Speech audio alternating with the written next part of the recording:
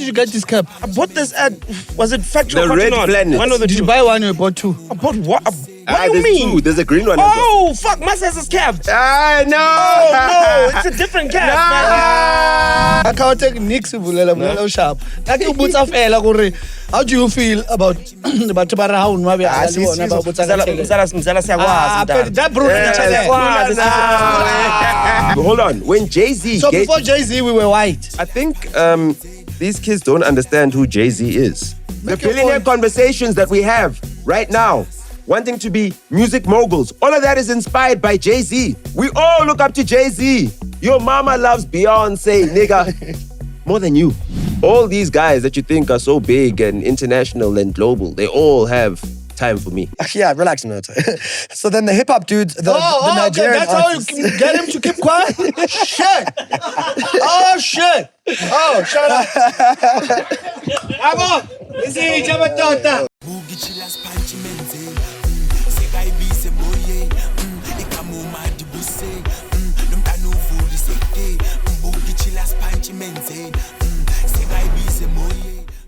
Comrades, welcome to Piano Pals episode what? Oh shit! Oh, fuck.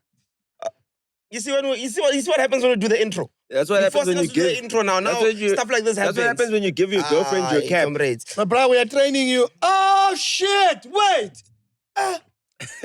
Wait, what? I'm That no, North Carolina lost. cap. I'm lost. I'm not following. What's Of happening? course What it's did he lost. say? No, I don't Wait, He's understand. gonna say it's lost. No. What this But we guy's a saw that promo? cap when they drew. They never lost. They drew. Bafana drew. And guess who was wearing that lost cap? What are you talking about? What are you saying? The fourth rock from the sun. Where did you get this cap? I bought this at, was it Factory The or Cotton Red On? Planet. One of the Did two. you buy one or you bought two?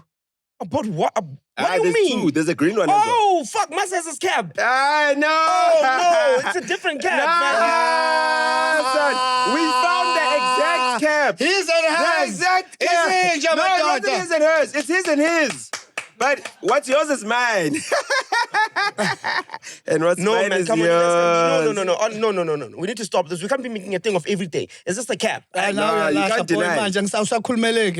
You can't deny. manje The evidence is out there, dog. angeke kusakwazi ukukhulumela. Bafana saw the evidence. No, yes. Police was Angeke like, sakwazi ukukhulumela, apologies, I cannot predict the score. Bro, that cap. Guys, I came here wearing this cap. Now, we've been sitting on that set the whole, just We've over been an sitting hour. on the what? We've been sitting there for over an hour. We even On the seat. ate together. Right. I've been wearing this cap. Why did you guys not bring this up off camera? We Why did just you feel thought the about need- it now. Why did you guys feel the need to bring it here? No, We me, just I thought didn't about it notice now. till now. Till he Yeah. Why? I just thought about it now. It's like, yo. Thought about what, bro? Man, I've always had this cap, dog. So is it the first time you see me in this cap? So we're spreading humors. You're spreading rumors. Yeah. Rumors. Yeah. There's no humor you're spreading. There's rumors. You know? This guy's like Zilla Weezy.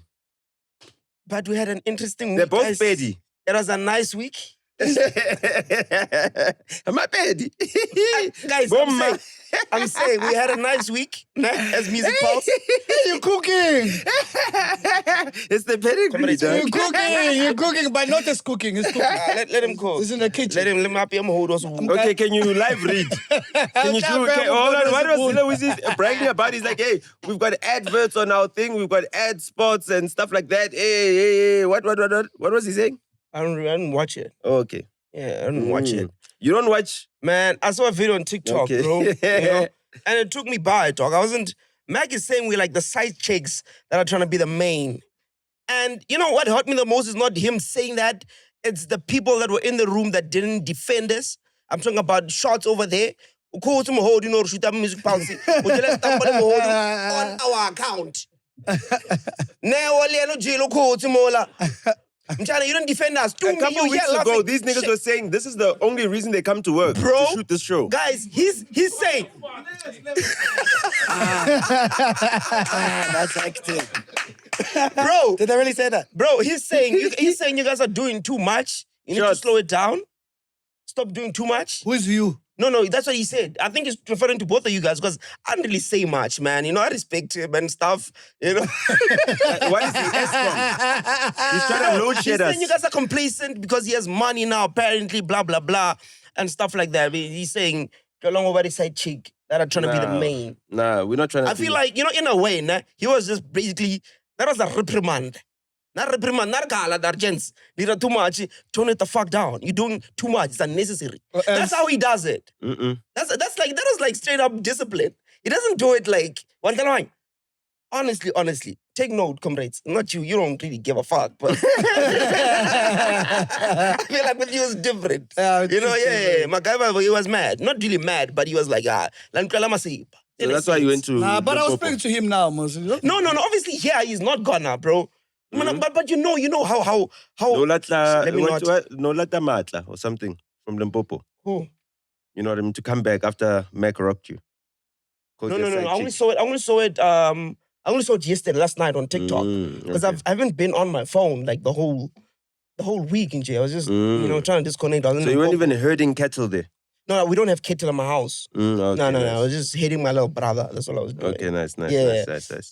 Nah, but to be fair, ne, we do it to each other, man. If I see like you slacking, I call you out or I mention it and then your game improve. If I'm doing it, you also do the same thing. So why must they be untouchable? Man, that's not leadership. Huh? Leadership is Leadership. London is leadership. Leadership, leadership. You can see them going back and forth. They're trying to be a music pal. Yeah. That's dope. We inspired But them. I don't think they'll ever do it again. But it was I dope. think they were just caught up in a moment. Yeah. We got into their minds. There we I go think again. you know what? expensive, I bro. figured it out. I think the guys are just like, they've lost imagination. They can't see how far. I think, yeah. Are you criticizing the MacG show? No, I'm not criticizing the MacG. Are you joining the I'm conversation? just saying their mentality. I'm just saying their mentality is like, we've done it all. They think they've done it all. That's the problem. And we are just getting started. So, yeah, man. They should just prepare. I can't allow. Yeah, strap on their seatbelts. Don't worry. We're driving now. This is music. We're in charge Episode here. what? Episode 15. We are in charge here. Episode 15. Yeah, we're We're talking in music charge, past. Po. This is our second guest, We're right? back, yeah. Our second guest. On the music past. Where Masakens? Where? I'm sure they all passes are Hoe gaan dit, shocked. my They're like, bro? hey, man, what's this person now? Hoe gaat dit, my bro?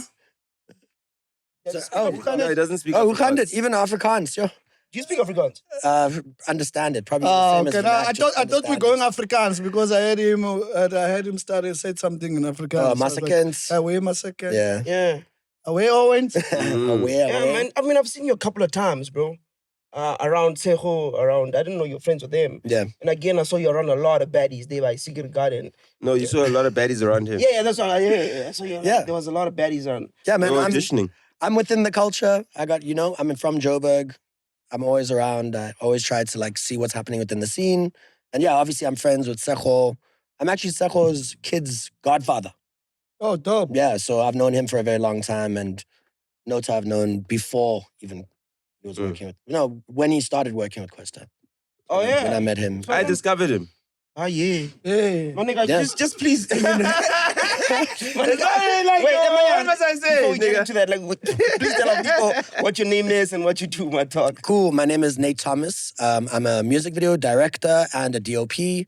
And now I am a documentary filmmaker as well.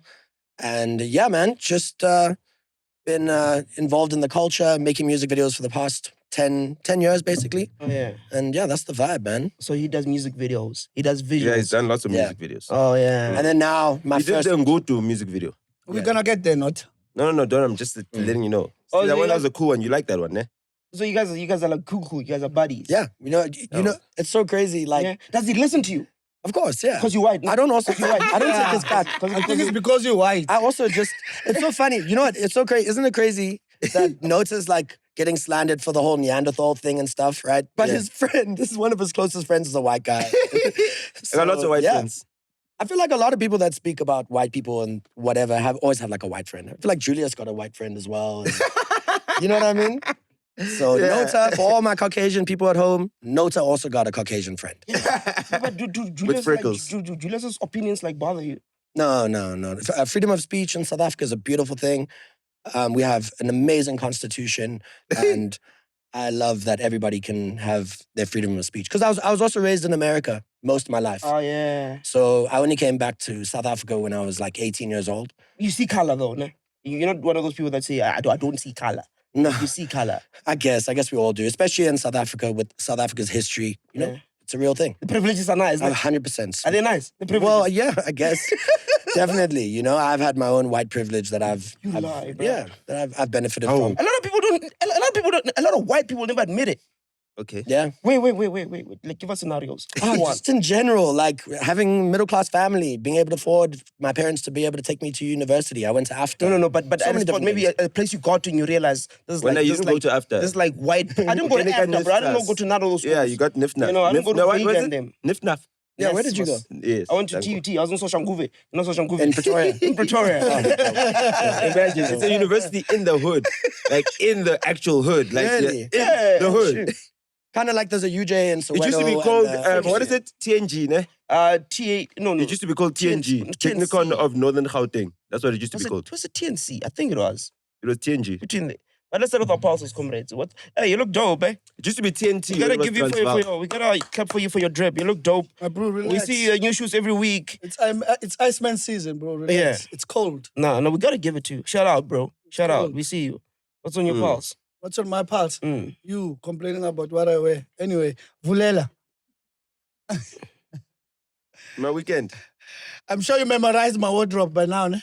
No, there's news. New shit every week. What do you mean?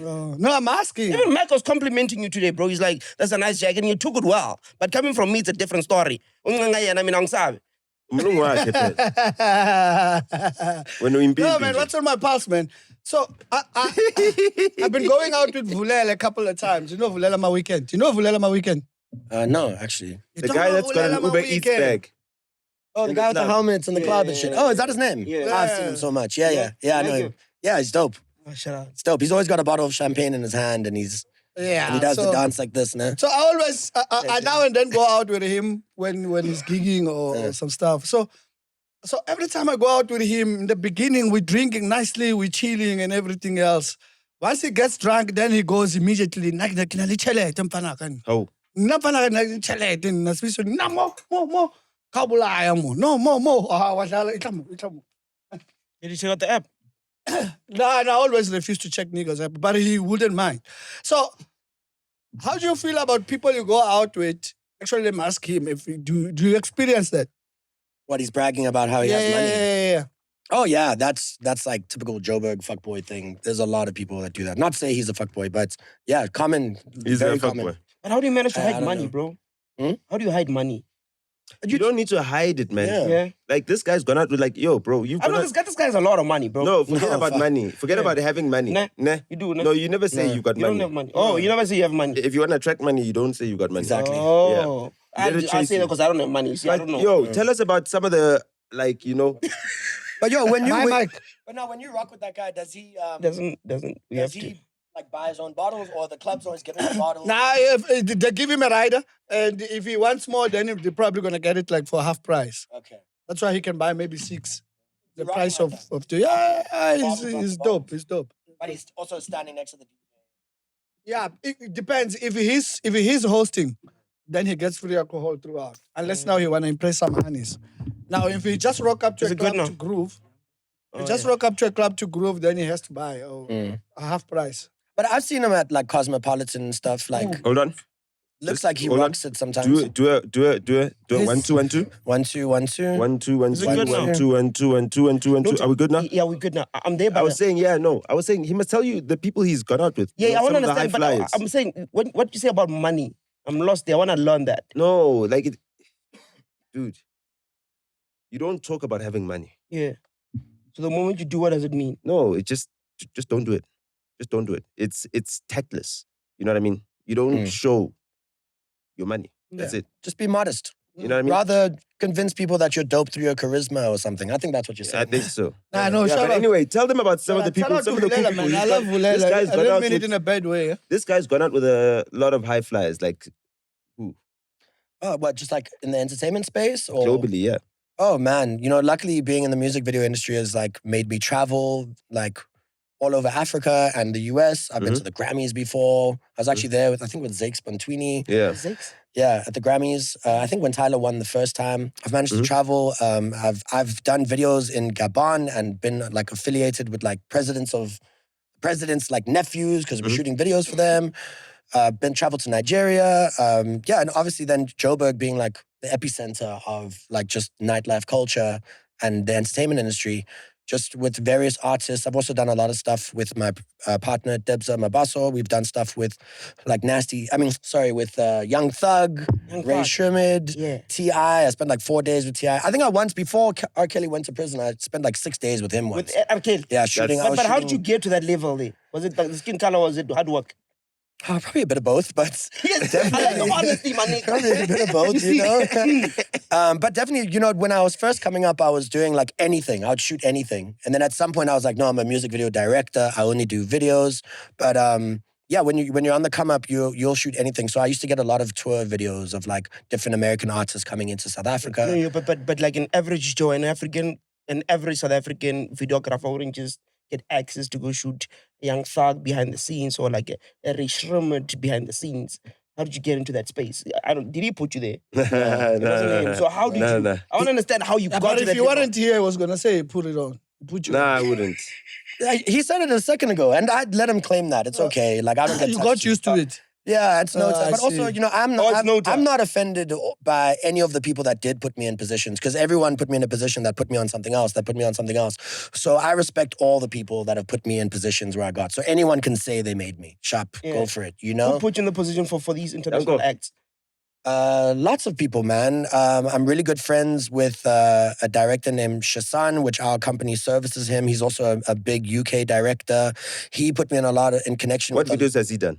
Oh, lots. WizKid videos. So I used to DP for Shasan, and he used to direct a lot of WizKid videos, Davido videos, Iyanya. So a lot of the West African artists, he connected me to them. I'm also really good friends with a guy named Luumge, who connected me. Obviously, everyone knows that Luumge connected a lot of the Rick Ross stuff for Questa when Noto's working with him. Luumge. I'm good friends with him. He connected me a lot to like the Young Thug, T.I., the American artist, the Ray Shermid music video that I DP'd with and produced with my partner for our company. So everybody has given me a connection somewhere in between. And that's what like a young videographer should be doing. Just get in the culture.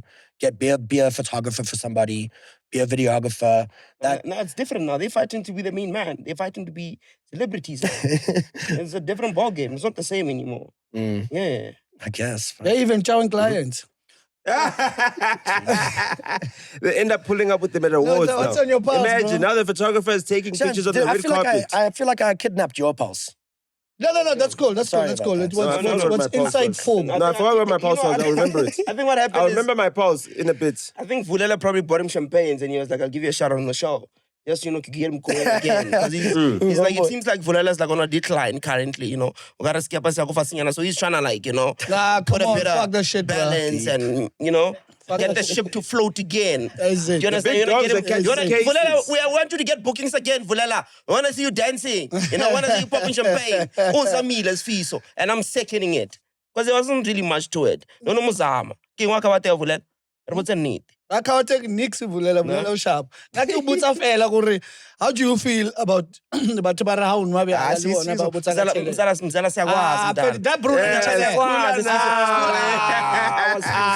No, we know you. It's an assignment here. You are sent. Oh, is it? In fact, Mzameni phela lapho mfethu. Zabeka uba Iyana. 30 June. Yo, bro, you said you forgot your what? I Forgot his my pulse. Yeah, You go forgot to your yours. pulse. We can move over to mine. What's on your pulse? Bro, My pulse is suffering from old okay, age. but just a quick one, right? I actually asked you about this. And it's a conversation that I had with a friend of mine. Because I was in Limpopo, chilled, couple of beers, nice conversations, right? And, I'm single now. Again. Allegedly. I'm That's kept. I mean, so you say. Oh, that's cap. That's cap. That's cap. You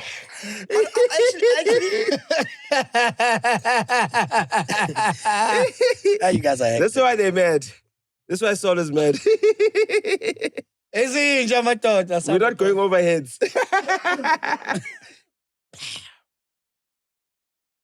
So you're single, yeah. Keep Back to going. Limpopo. Whip. Back to Limpopo. So man, they like when I was in Limpopo, I was introduced to new music. Actually, I'm not gonna go there anymore because it's not gonna. You guys are just gonna keep going back to the same thing again and again and again. It's not gonna. My make girl was sense, also you understand? introducing me to new music. I was introduced to this girl recently. Her name is Playgirl Shanti. Right? She's like a rising Locompo artist, but she does a lot of views already. She'll do like 1 million, million streams, 2 million streams and stuff Nice. like that. Mm. So there was an EP I spoke about. It's called 5 Roses with Pobbington. I didn't even realize she was on the EP because I was like looking at the other rising star. Like dear. Yeah, 5 Roses. I was looking at the other rising star, which was Pobbington, but she's actually on the tape. And then I went and I checked her catalog and I realized that, damn, she's got a lot of amazing music, right? This song that's currently trending, the one that by Cooper and Fuka. What is a lot of amazing music? Like how many songs does she have? I think the ones I can name from the top of my head is Waka, and then the other one is the one Fuka wants to jump on, man. It's Tofoza. So she's got like 2 songs. And here's the thing, it's I couldn't pick up who she sounds like because she doesn't sound like any of the guys that's in the game. How many songs does she have? More than 10. What is that? What do you mean? What is that? How many songs does Benny Mayangani have? I have no fucking idea. How many albums does he have? No, Thomas man. Chauke. Like, I'm just talking about like real Limpopo artists have got albums on albums on albums. You can't even have Limpopo DJs. Hold on. You can't even have Limpopo DJs. No, there's not enough Limpopo music to DJ. Okay. Show me 1 hour set of Limpopo music. A 1 hour set of Limpopo music. Without repeating songs. No, it's fine. You can't. Okay, wait. It's impossible. Let me answer. That's why there's no Limpopo DJs. No. Yeah, they are. There are guys that play niggas. Limpopo in their set. Okay, it's fine. How long has she been an artist for? There are guys that play Limpopo in their set. Yeah. Mazel, I was with Mazel. Mazel was playing Mazel's not a somewhere. Limpopo Bro, DJ. guys, wait. Isn't a Mazel minute. the guy who did Umlilo? Yeah, no, but he's now into Licompo. Why you saying no? Limpopo because he's making Why would you beats think no, on no, whatever's hot right But now. you guys are hijacking my pulse now. Okay. But yeah, it's fine. Yeah, but yeah. I Okay. get you're driving a Polo. All right, no cap. Man, Hit Boss does mixes. He does. Yo, that name. No, wait. I'm not No talking about badge either. niggas. Wait, I'm not saying the balcony mix. He does mixes that he uploads on YouTube. So that's probably over an hour set of Locompo. No repeat. Okay. Do you understand what I'm Okay. saying? So How many mixes has he done? I've seen 2 so far. Imagine. I've seen 2 so far. Imagine. They only started now. He ran out after 2 mixes. Yeah, that's what I was asking. When did he start? He started. I think I only saw 2. He started this year, like about a month ago. He's got 10 songs. No. You're talking about the girl. Oh, yeah. I think I only found out about the girl like a week ago. I don't know of her, but she's always been popping. Apparently, logic, not logic, but she's always been popping. I am like I am in that culture, but not like that. I don't know all of them, right? But she's coming up now. She's fairly good, and she does How music. much does she weigh? How much does she weigh? Okay, what size is she? Sorry, my bad. I have no idea. I don't know. We're not gonna do this and that thing here. No. We're not just gonna saying. do that. No. So And Dash is at the gym right now. Sure. bro, I'm lost. Comrades. What did I want to say about Playgirl Shanti? Yeah, what's your pulse? Oh, I was saying she sounds like. Nothing. Remember? DJ called me back in the days. Marry me, my love. If I marry yes. will you marry? She makes music that sounds like that. Mm-hmm. And I was like, oh, that's why it sounds so good. Okay. Because it doesn't sound like anybody currently, but it sounds like something from back in the days. It's reminiscent. Exactly. So I was like, no, that's very dope of her. Okay, no. So shout out to her. I had I 2 know. songs from her. Yeah. She mixes English as well. She mixes There's a song I heard she sang in any English. Yeah. Nice. Yeah, it's Why have you never spoken about her? It's audible. Why have you never spoken about her? It's not dope. It's audible. You don't think she's dope? It's not dope as yet. It's audible. So you think she can get better? She can get. You can better. hear it, but you're not listening. Oh yeah.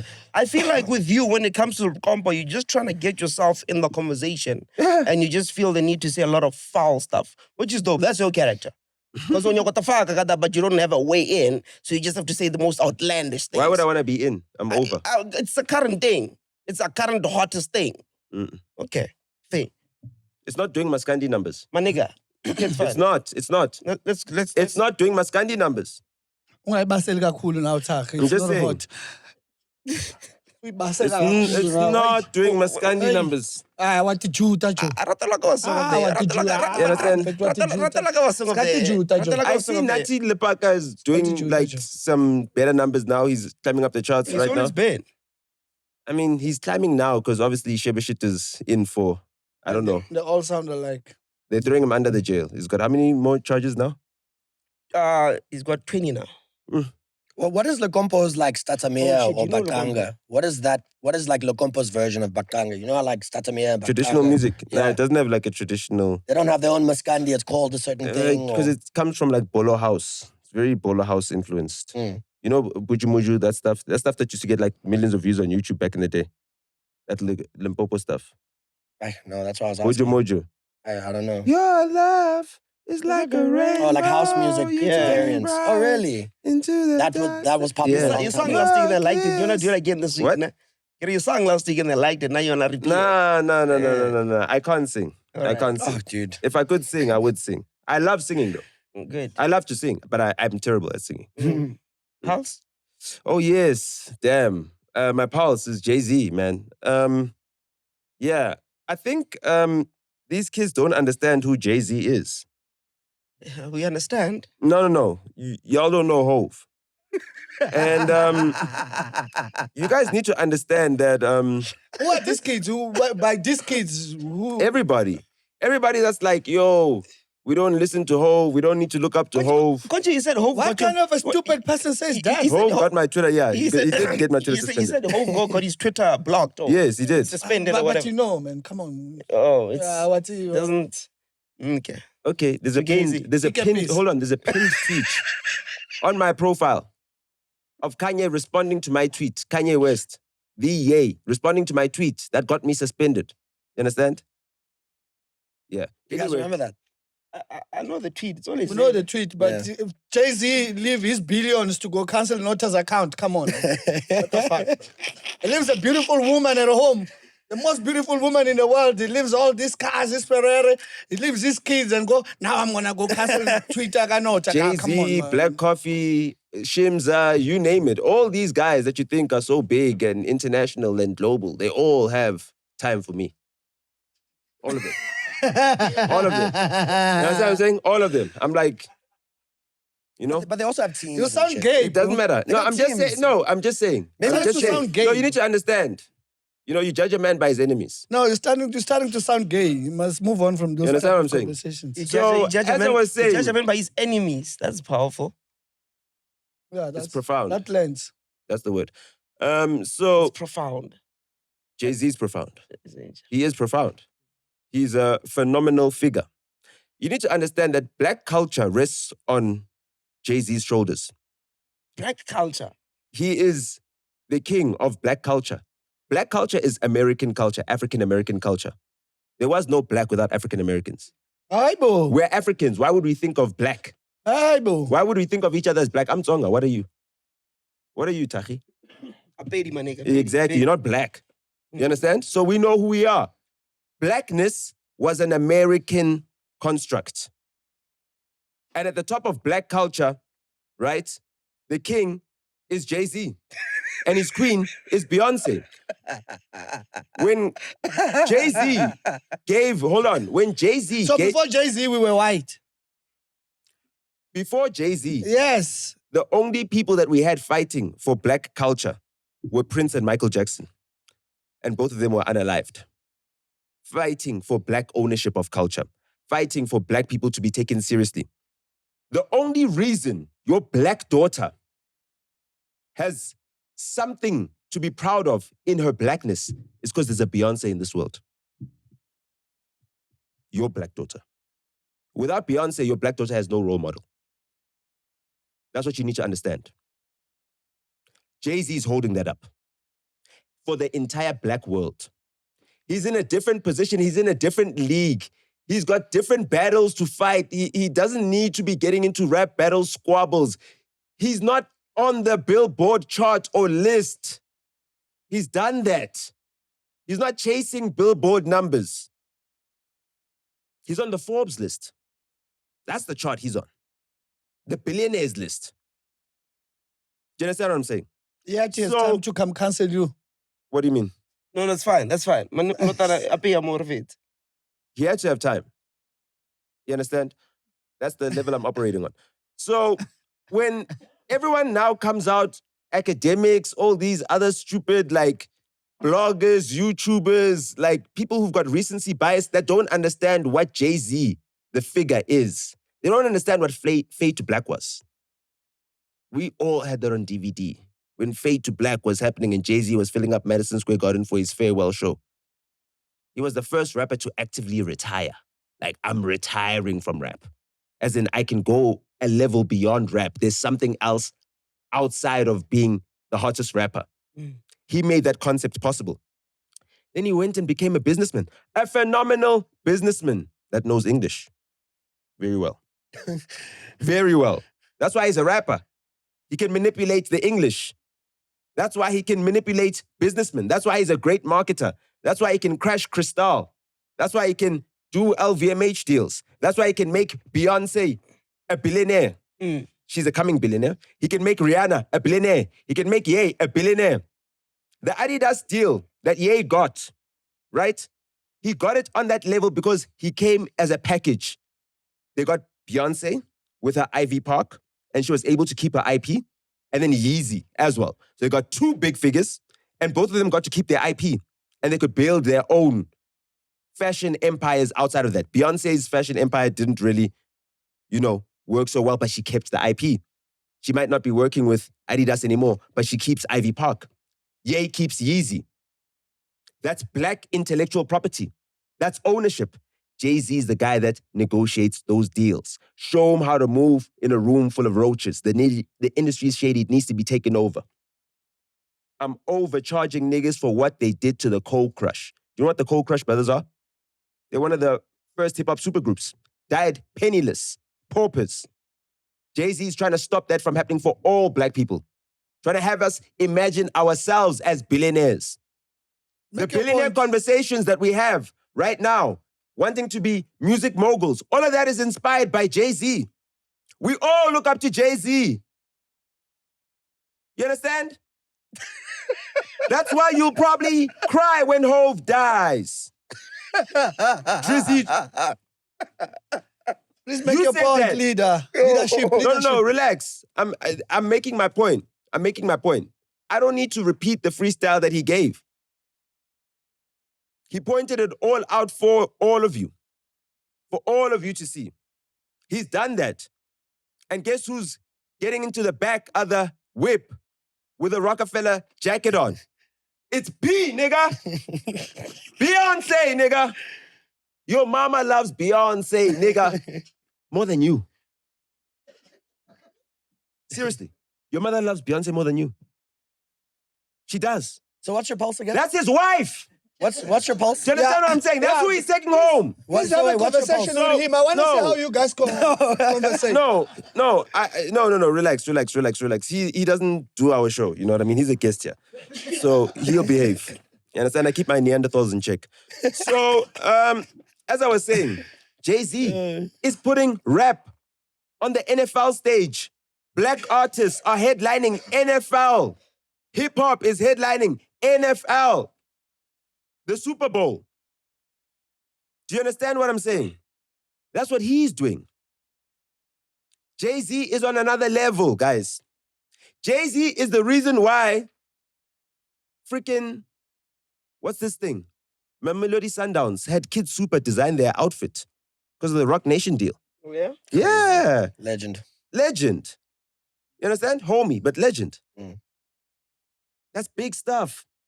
Jay-Z's making these big moves. So y'all gotta respect Jay-Z. When he comes out at the Roots concert, it's an event. It's a special event. The who's who come out. Everybody comes out. And he doesn't need to drop a whole entire album. Just a quick freestyle to say, pa, pa, pa. Back in check, niggas. Who's in charge here? So what's your pulse? That's all I have to say. No one should disrespect Jay-Z. Is that what you're saying? That's it. Okay. Put some respect on Hove's name, man. Yeah, don't play with Hove. What's on your plus, leadership? Okay, my pulse. Plus. there was an episode you guys did once, and Nota and I were speaking about that as well once. I liked that episode where you guys were talking about like when is the right time to shoot a documentary. I don't know if you guys You remember watched the that. show? You guys did that. You watched the show? Yeah, of course. Oh, Yeah, I shit. watch the show every now and then. We No, didn't he know. wasn't the one that did that. But yeah. It was someone else. But yeah. it was on the show, right? Yeah, it was on the show though. Yeah, so there was an episode where you guys spoke about that. Mm. So on my pulse, I think that we don't shoot enough local South African authentic documentaries. And I think we should. And we should shoot a lot more. We shouldn't waste like too much time. We should get into it. Everyone should see that medium as like a beautiful medium to trace back South African culture, South African history. Mm. And to answer the But question, where do you get permission? this we'll get to that, right? Let me give like people my little theory of when to shoot a documentary, Yeah. right? Because you guys were trying to answer that, and then you guys got into it, and then you went wherever. It's called The Big Debate. Huh? Yeah, it's the hit feature on the show. Yeah. Anyways, I love that conversation, and my theory, and for all the artists back home, like at home that are watching this, my theory around when I think you should shoot a documentary, because we definitely need more, and that's why that's on my pulse.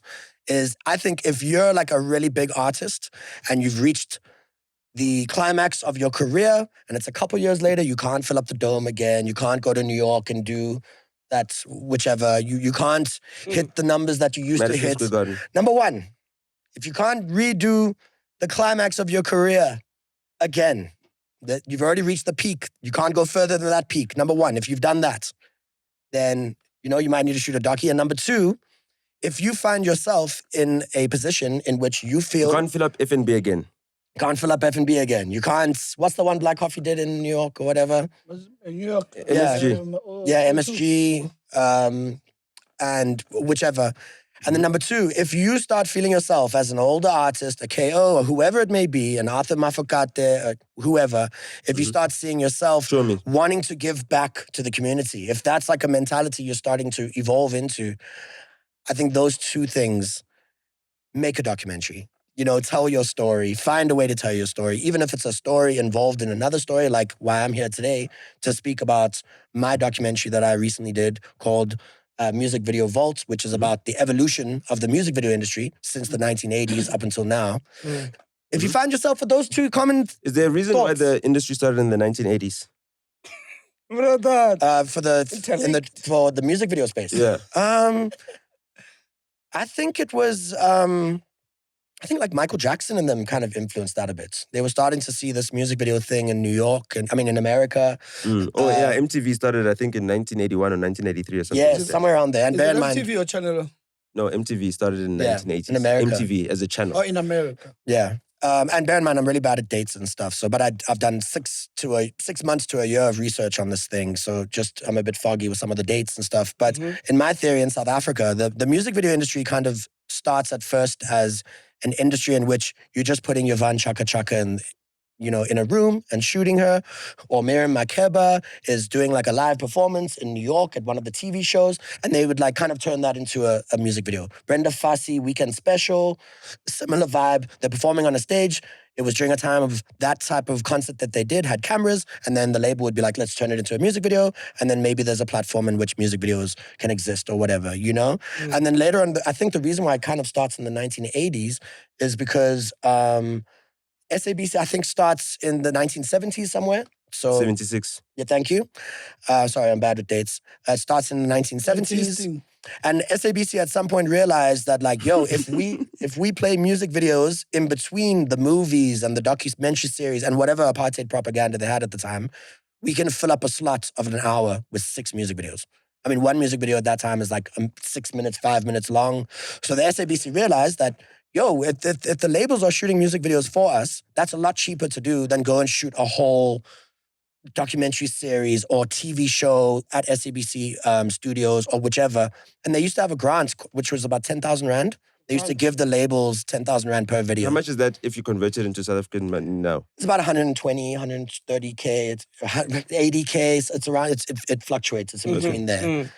So, dude, imagine. In today's money. In today's money, yeah. I could That's be a wrong. lot. Maybe it's a bit more like 60, 70. But How much was there in shoot any music video? There was a grant. There was a How grant. much? Which year is this? 19 what? 1980s, They were around giving to then. record labels to They were shoot giving them, music they were giving them to Gallo, EMI, And this was after Well, Gallo. CCP, I guess, yeah. Yeah, CCP, I think at that time. And this is like, the labels had already started investing. So just to take you back a little bit more, like the first music videos that kind of get shot are like Miriam Makeba, Yavan Chaka Chaka, Lucky Dube, Sipo Hot Sticks Mabena. Babuse. Thank you. Please bear with my Caucasian, but I'm bad with names. But they kind of started, and the labels kind of figured it out first. Chico Twala, legend. Because the song is Burnout. Yeah. Super Hot Sticks, my Burnout. All night Yeah, long, I'm gonna burn out. Yeah. Sorry, yes. Oh, nice. At least you know something. Come on. Bro. I've been researching this and speaking to some of the most intelligent people that are in the music video space and the label Not space. as intelligent. No, even outside of Nota. I've interviewed Anto Stella from Gallo. She pretty much starts at Gallo in the 1980s. I've interviewed the first two people that start shooting music videos in the 1980s. A lady called Pam Devereaux Harris, legend. Where did she shoot for? Everybody. She was a producer, right? Was she white or black? She's white. Oh, yeah. Everyone is white at this point. Oh, Let me tell you. It takes... At that point, everyone, a black person was supposed to get the eyes, see where the batteries are situated. Oh, okay. Go charge the cameras. Yo, but while I'm on that, shout out to a guy named Lumko Dukashe, and also who's the bomb dude, Dabuko Matlatsi. They're kind of, and it's hard to get research on this. The but one who passed away. Yeah, the one that passed away. Yeah. There's a few people before that like black proficient filmmakers that kind of work their way up. They're cameramen, they're this, whatever, they're on the lights.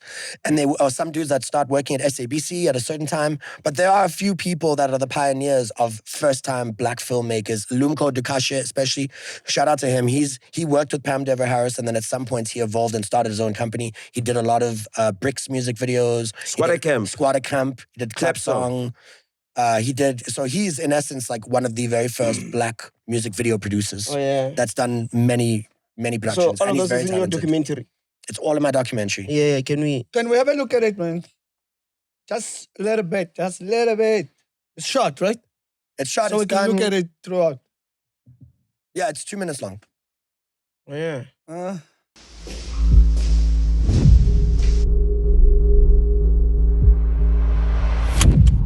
At the southern tip of Africa, we built our own Hollywood, one music video at a time. We had Bolt X. TIA, this is Africa. Things happen quick. What do you want? This is where vision meets action. Television changed everything. In those days, there were no real directors.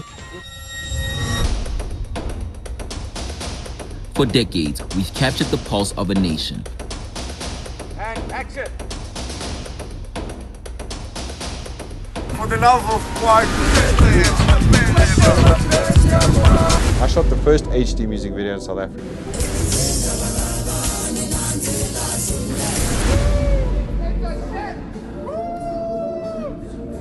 People just looked at Swadar and were like, shit, man, where did that come from? Building an industry of global caliber where directors, dancers, stylists shape the pulse of culture. Shooting a video with KO and Kila and then on the Nelson Mandela Bridge. The audacity, dog. Then came the golden era, where music videos became cultural anthems. It was like, whoa, look at the music video. Whoa, look at that one. It was just back to back. We shot all the best videos. The competition, I think, was healthy. It was the rivalry. Here's Studio Space shooting AKA music videos. Here's Uprooted shooting Casper Nyovest music videos. That video just had the whole world doing this.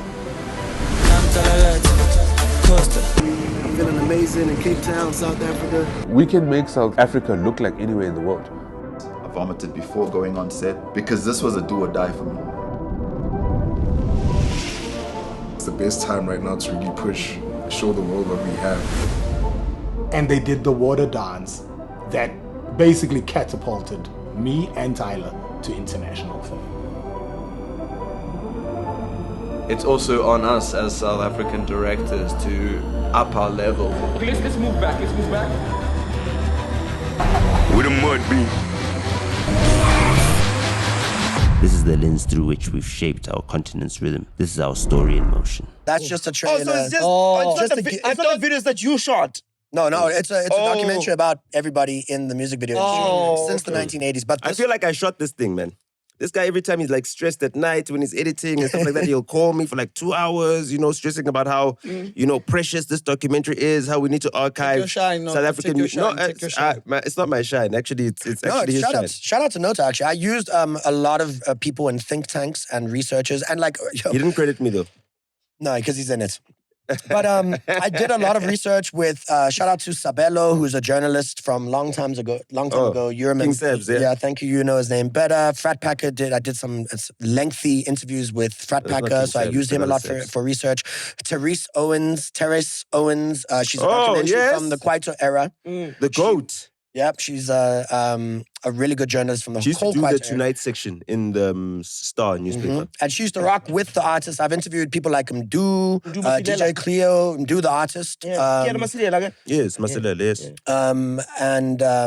I had some think tanks. Shout out to Bandile Mabaso. Shout out to my partner, Debucho Mabaso as well. We did a lot of think tanks before doing this. His business partner. I'm thinking you're doing all you think about is jolling.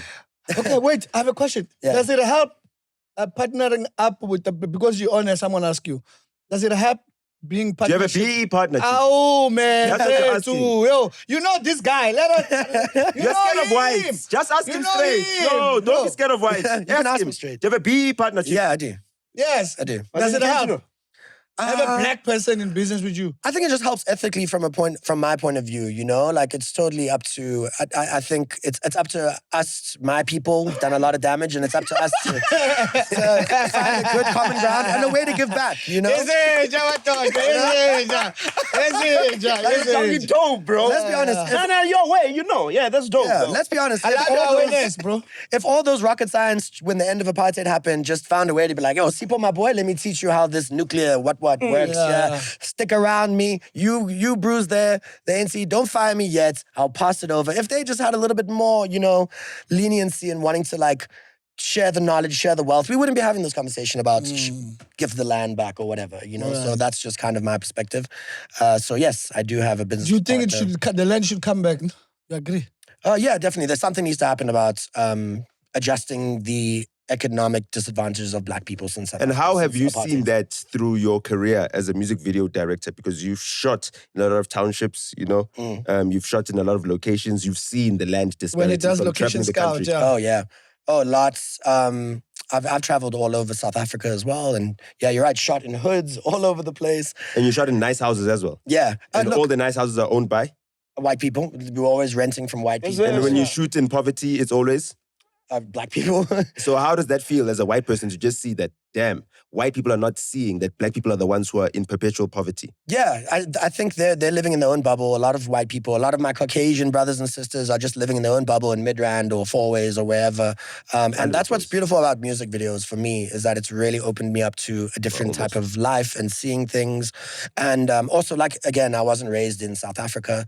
So I wasn't really raised with that classism where the only Sipo that I saw was the guy opening the gate for me or whatever, So, right. But I also had to be educated through that. I also had to shed my own ignorances to get into that, But I think, when it comes to music videos specifically, we are at an interesting time in which the culture, because it's such a culture-orientated business, the entertainment industry, music, we are at a space in which now there are profoundly way more black directors, and the transition from the beginning, from the 1980s, that was predominantly whites dominated with directors, music video directors, producers, and so on, that's adjusting by itself. We have some of the most talented black directors that we've ever had. Lord Now, Southside Made It, Christian Dior, Creative Shots. There's a lot of dudes now that are, they're black, they're within the culture, and they're getting their opportunity to shine. What do you think is more creative between blacks and whites?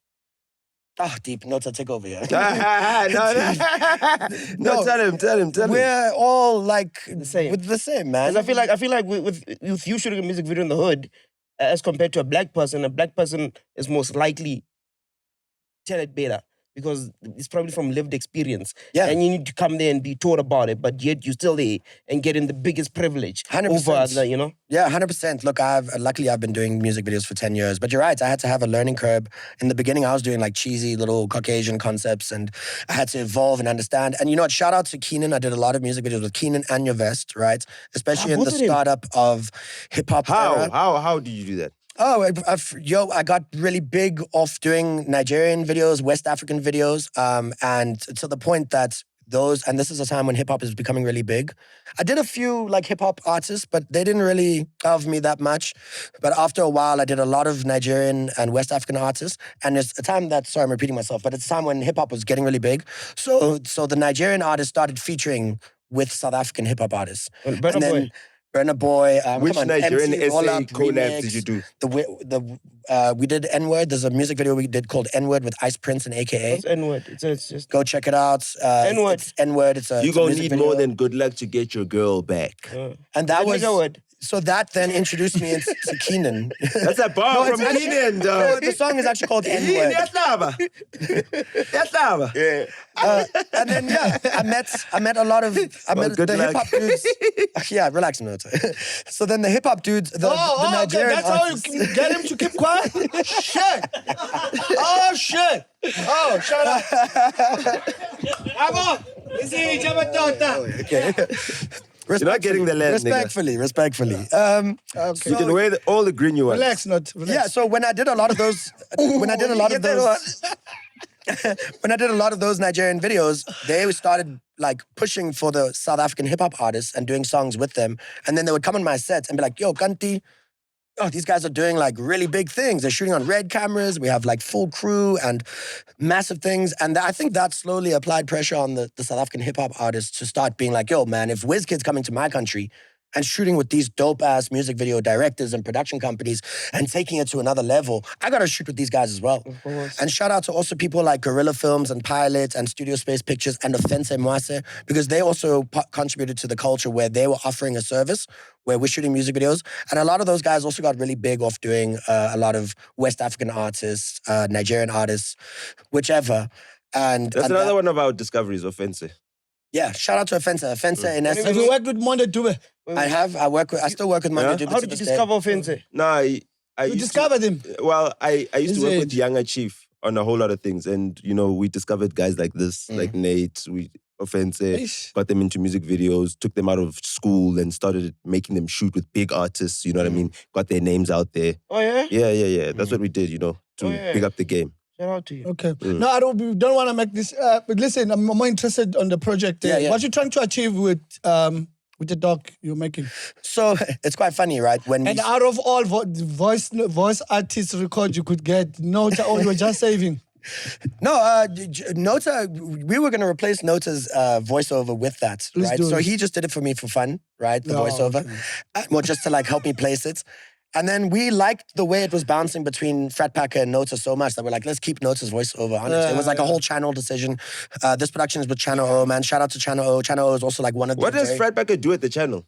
I think he's a commissioning editor. Oh, damn. Yeah, but he's I'm there with the commissioning editors. Like, I'm there gatekeeping who gets on TV and stuff. So what's a commission editor? It's basically the people that work at Canal that decide what projects kind of go, and they're like the... It's like a radio playlist or something like that. Compiler. Yeah, in some ways. Yeah, I wanted to say that. So it's the people that cancelled Pimville. They decide on shows or whether to keep or go. Yeah. Or don't. Even during the process that you're pitching... It took me about a year of pitching this concept to get it.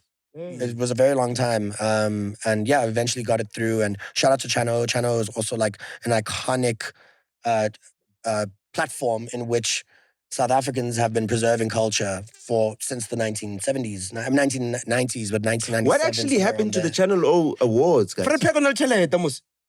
He's been in the game for a minute. He's been in the game. Stop pocket watching. How? My weekend. Relax. He's been in the game. He's a legend. And also Saifo as well. Saifo, I think, also still works. Saifo is another one that's quiet. He's a goat. Doing his thing. He's a goat. He's a goat. I know. I know. Yeah, he put on a lot of dudes. And it makes sense. Like I think Frat Packer was an artist at some point. You evolve at some point. You're part of the culture. So when it comes to... I actually like the video you shot for Saifo. Oh, yeah. The gold one. With that... Yes. Yeah, Nigel. You know me too on that much. salt pen. Yeah, actually. When you say that dreadlocks, nah? I think so. No, yeah. where everything was gold. He was playing golf in like a salt flat. Yeah. And a lot of people use that location after Yep. that. There's this desert in the middle of somewhere far, a little bit outside of Joburg, but it's a It's flattened Pasquachel. landmine. But everyone uses it. If you ever see Nigel, yeah. If you ever see like a desert-looking thing in music videos, there's a time during the evolution, and that's what my doc is about. It's about the evolution of the music video industry. But there's a time that all videos, if you go look at like KO and AKA, and AKA. TLT, you guys were talking about it earlier on. TLT has a music video there. Amino, the gold one. Oh yeah, Amino. Hey, people King's nearly Speech. died there. With DJ like Gilanti, with KO Yes, and VG and AK and Not King's Speech, Inamba, Makwa, Inamba. When also they're riding that one. horses. Also that one. That's also shot in the deserts. There's a time that all the production companies were They shooting were music spending videos. a lot of money on Makwa videos. And he man. was a guy big paying- budgets. Yeah, there was a time Noto was made, and Leroy, a guy named Leroy. He worked We're with a guy partners, named Leroy. There was a time that I was directing, and my company was producing videos for Questa. That's and the all of dopest them. video shot. The dopest one. The dopest. Oh, my favorite dopest. Yeah. And this is why, like, I agree. Sometimes Don't say Fela and Versace. No. You shot Fela. Yeah, I did. My favorite music video is, and this is why I always say, like, young kids that are trying to be videographers or directors or whatever, like, the budget counts, but, like, you can also do dope shit. Because my favorite music video is not even a high-budget music video. Which one It's, Not Vizo. 20, no, calm down. Okay, sorry. 25K featuring A. Reese called Hustler's Prayer. The one at the graveyard. At the Yeah, the graveyard. graveyard. That's your favorite. That's one that of was my like last year favorites. or 2 years back. Yeah, about 4 shots. years ago. He shot. His favorite that he's shot. Yeah, that I've shot. My Oh, music no. video, that I've directed. Damn. And I just like it conceptually. I like that it's a juxtaposition. I love juxtapositioning in concepts, conceptually. And it's not even a very high You know what budget video. juxtaposition means? Shout out to 25K. He let me do whatever I wanted. I sent him a treatment and he was like, love it, whatever you want to do, let's go with it. And it's so dope working with 25K. He's so calm and relaxed and he understands trying to like just push the creativity. How much was that video? Highest budget. That video was about like 80K. 80,000. Yeah, 80,000. Yo, okay, actually, I've got something to ask you. Tell us the story of how you got OK Malum Cool Cat on set for the My Babo video.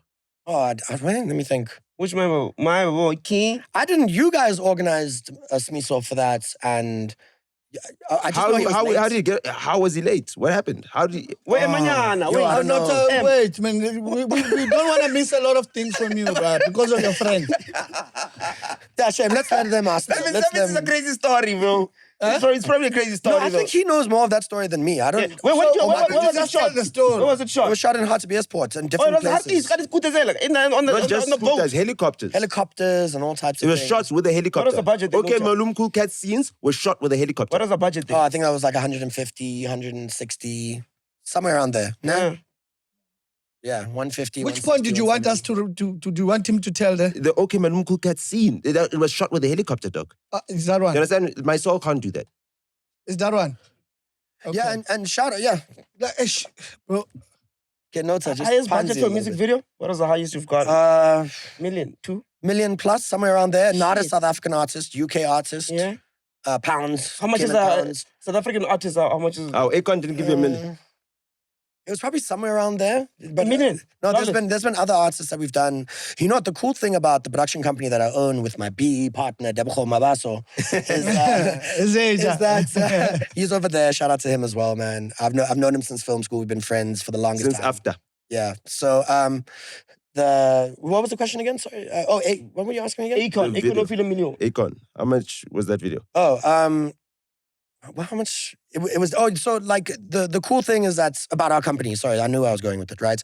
Is that Uprooted Media is our name of our company, but I'm not the only director there. So we work with different directors from the UK, from America. We've produced for the director that did a lot of.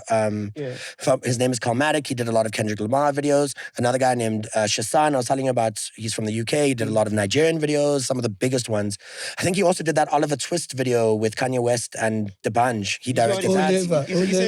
So he used to come to South Africa and give us a lot of videos. The Coco Master. Coco Master. There's another director named D'banj. Daps that South he did a African. lot of Migos videos. Did Akon give you $1 million?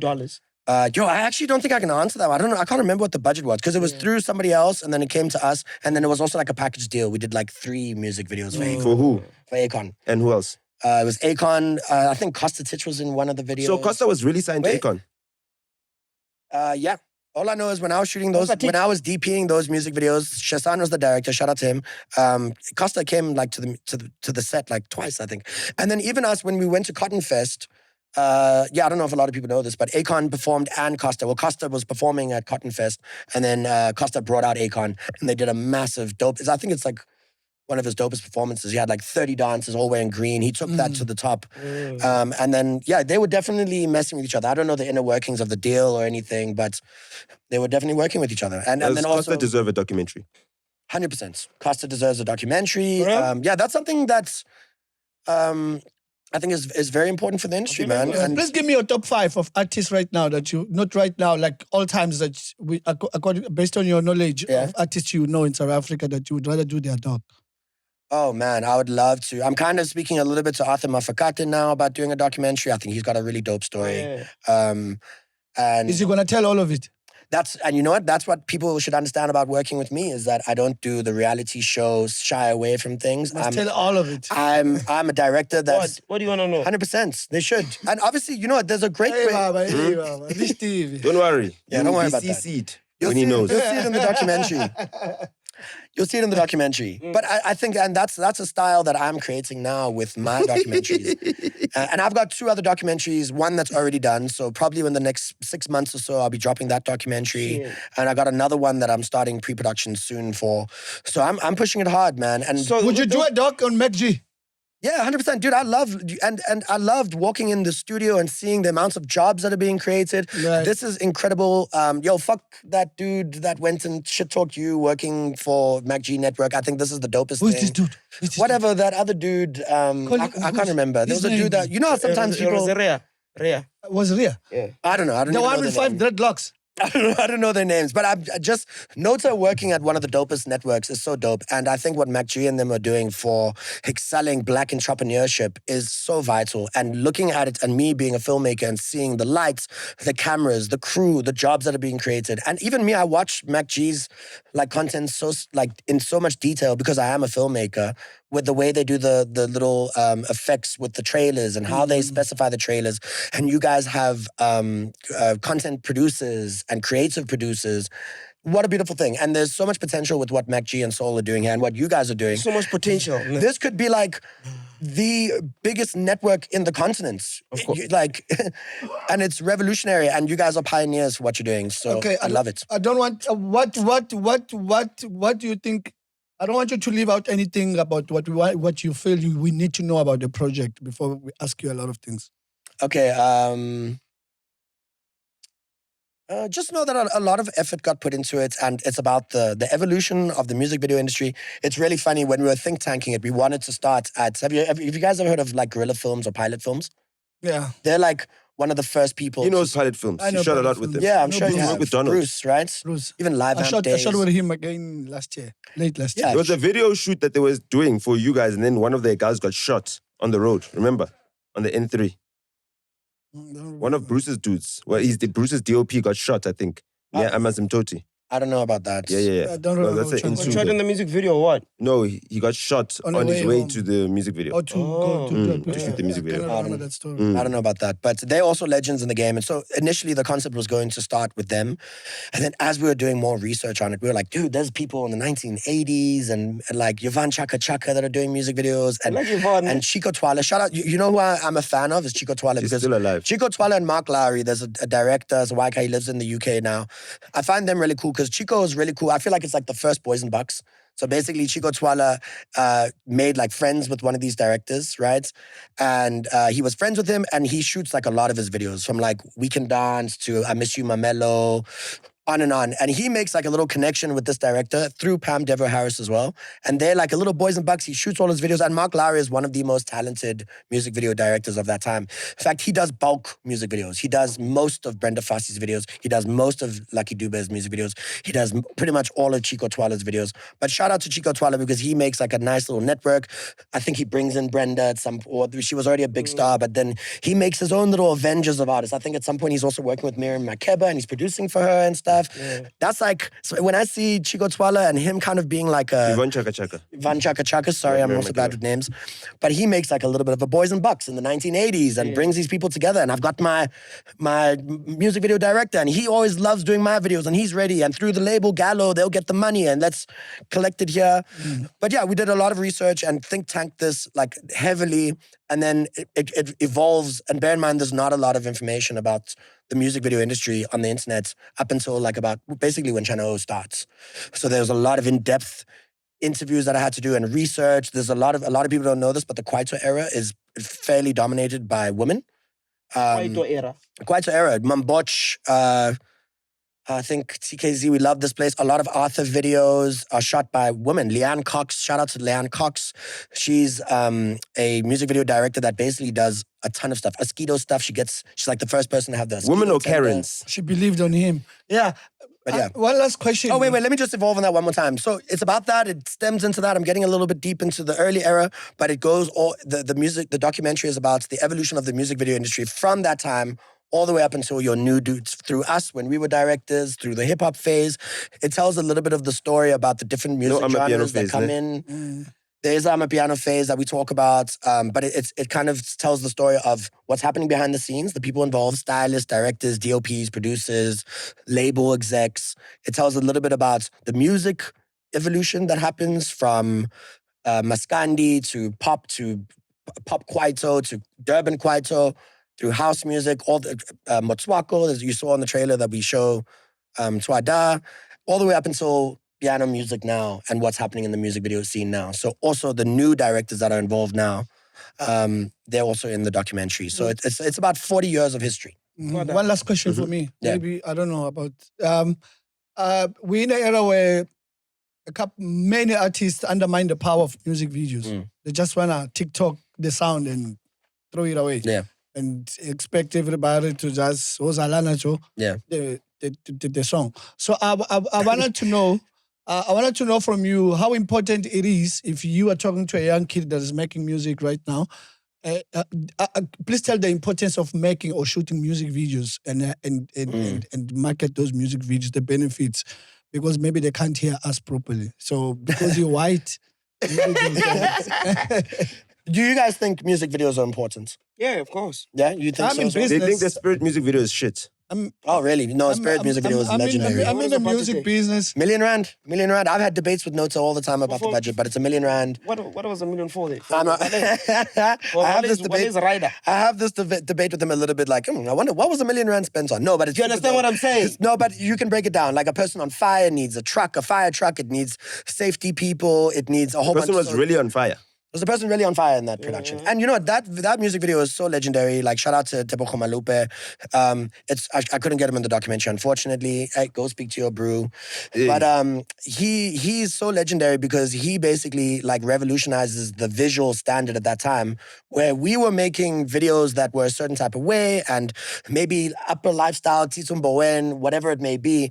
He came and said, guys... Gloss and sheen. Yeah, gloss and sheen. We were in that era of hip-hop because hip-hop had evolved. He comes and says, yo, Panzi, all of you directors, you can actually do very authentic visual storytelling and not like a storytelling that's got a beginning, middle, end and there's somebody fighting and then a wife and a whatever, but like just visually, just put pictures together in motion and shoot them in slow motion. And he also really like progresses the economic elements of the music video industry because he tells you guys, you want dope shit, spend $1 million. Let me pay my people properly. Let me do things ethically. Let me do things properly. I think you guys had a scene where you faked a chicken getting killed and it was all done ethically and correctly. Anti-Cruelty League certificate for that. So shout out to him. And he makes all of us directors look at music and music videos and be like, it's okay to do something like very authentic. It won a Lurie. I know. It does a lot. And that's the beautiful part about the music video industry. Like, I could talk for hours, but if you break down the evolution of the industry, you can see sometimes things change and things, like I was saying, the desert. There's a time all the music videos are in the desert. There used to be a place called Prop Stars. There was a time everyone was shooting at Prop Stars, so everyone had the mannequins. We were shooting at Prop Stars the other day. Yeah, you guys did that photo shoots. That's Prop Stars. You were there that day. Prop Stars has been around since like the 1990s. Why were you there that day? I'm Secho's friend, so I was with Secho. We were doing with Shag. Yeah. Oh, yeah. Because I thought you were Secho's stylist. No. I got swag like that, eh? Are you saying I got swag? No, you do. I see the Jordan 4s. Thank you. I wear my skins. You dress like black people. Yeah. I guess I'm in the culture. Don't you still have a question for him? No, I'm good. Taki, you have a question for him? Nah, man, I'm just happy you're here, bro. That was a lot of explaining. Yeah. And this documentary, where you selling it? Where's it gonna air? It's gonna be on Channel O next Saturday. Are they buying it? Oh, dope! Shit. What is it? It's a license. So it's with Channel O. It's on Channel O next Saturday on the 6th of June at 12:30. And we're also doing a little bit of a premiere for it. And even we're gonna be there. Don't worry. Yeah, you guys have your emails have been sent to me. You're gonna get an RSVP sometime this week, in the next couple of days. We already got it last week. No, I think have we sent the RSVPs, Debza? Or? Yeah, the Juju did. I don't think we have yet. But anyways, you're gonna get it. I got mine. No, there's an email RSVP you're gonna get. Oh, okay. My bad. It's another formal one. Yeah, well, Papa. Nah, man, we appreciate having you on the show. I mean, we appreciate having you on the show. There was a lot of information that people will get from this conversation we had with you, man. Maybe we should pull up some other time, man. Anytime, man. Whatever, you know. And I've got another documentary that I'm dropping soon as well. So I'd also love to. I can't talk about what it's about yet.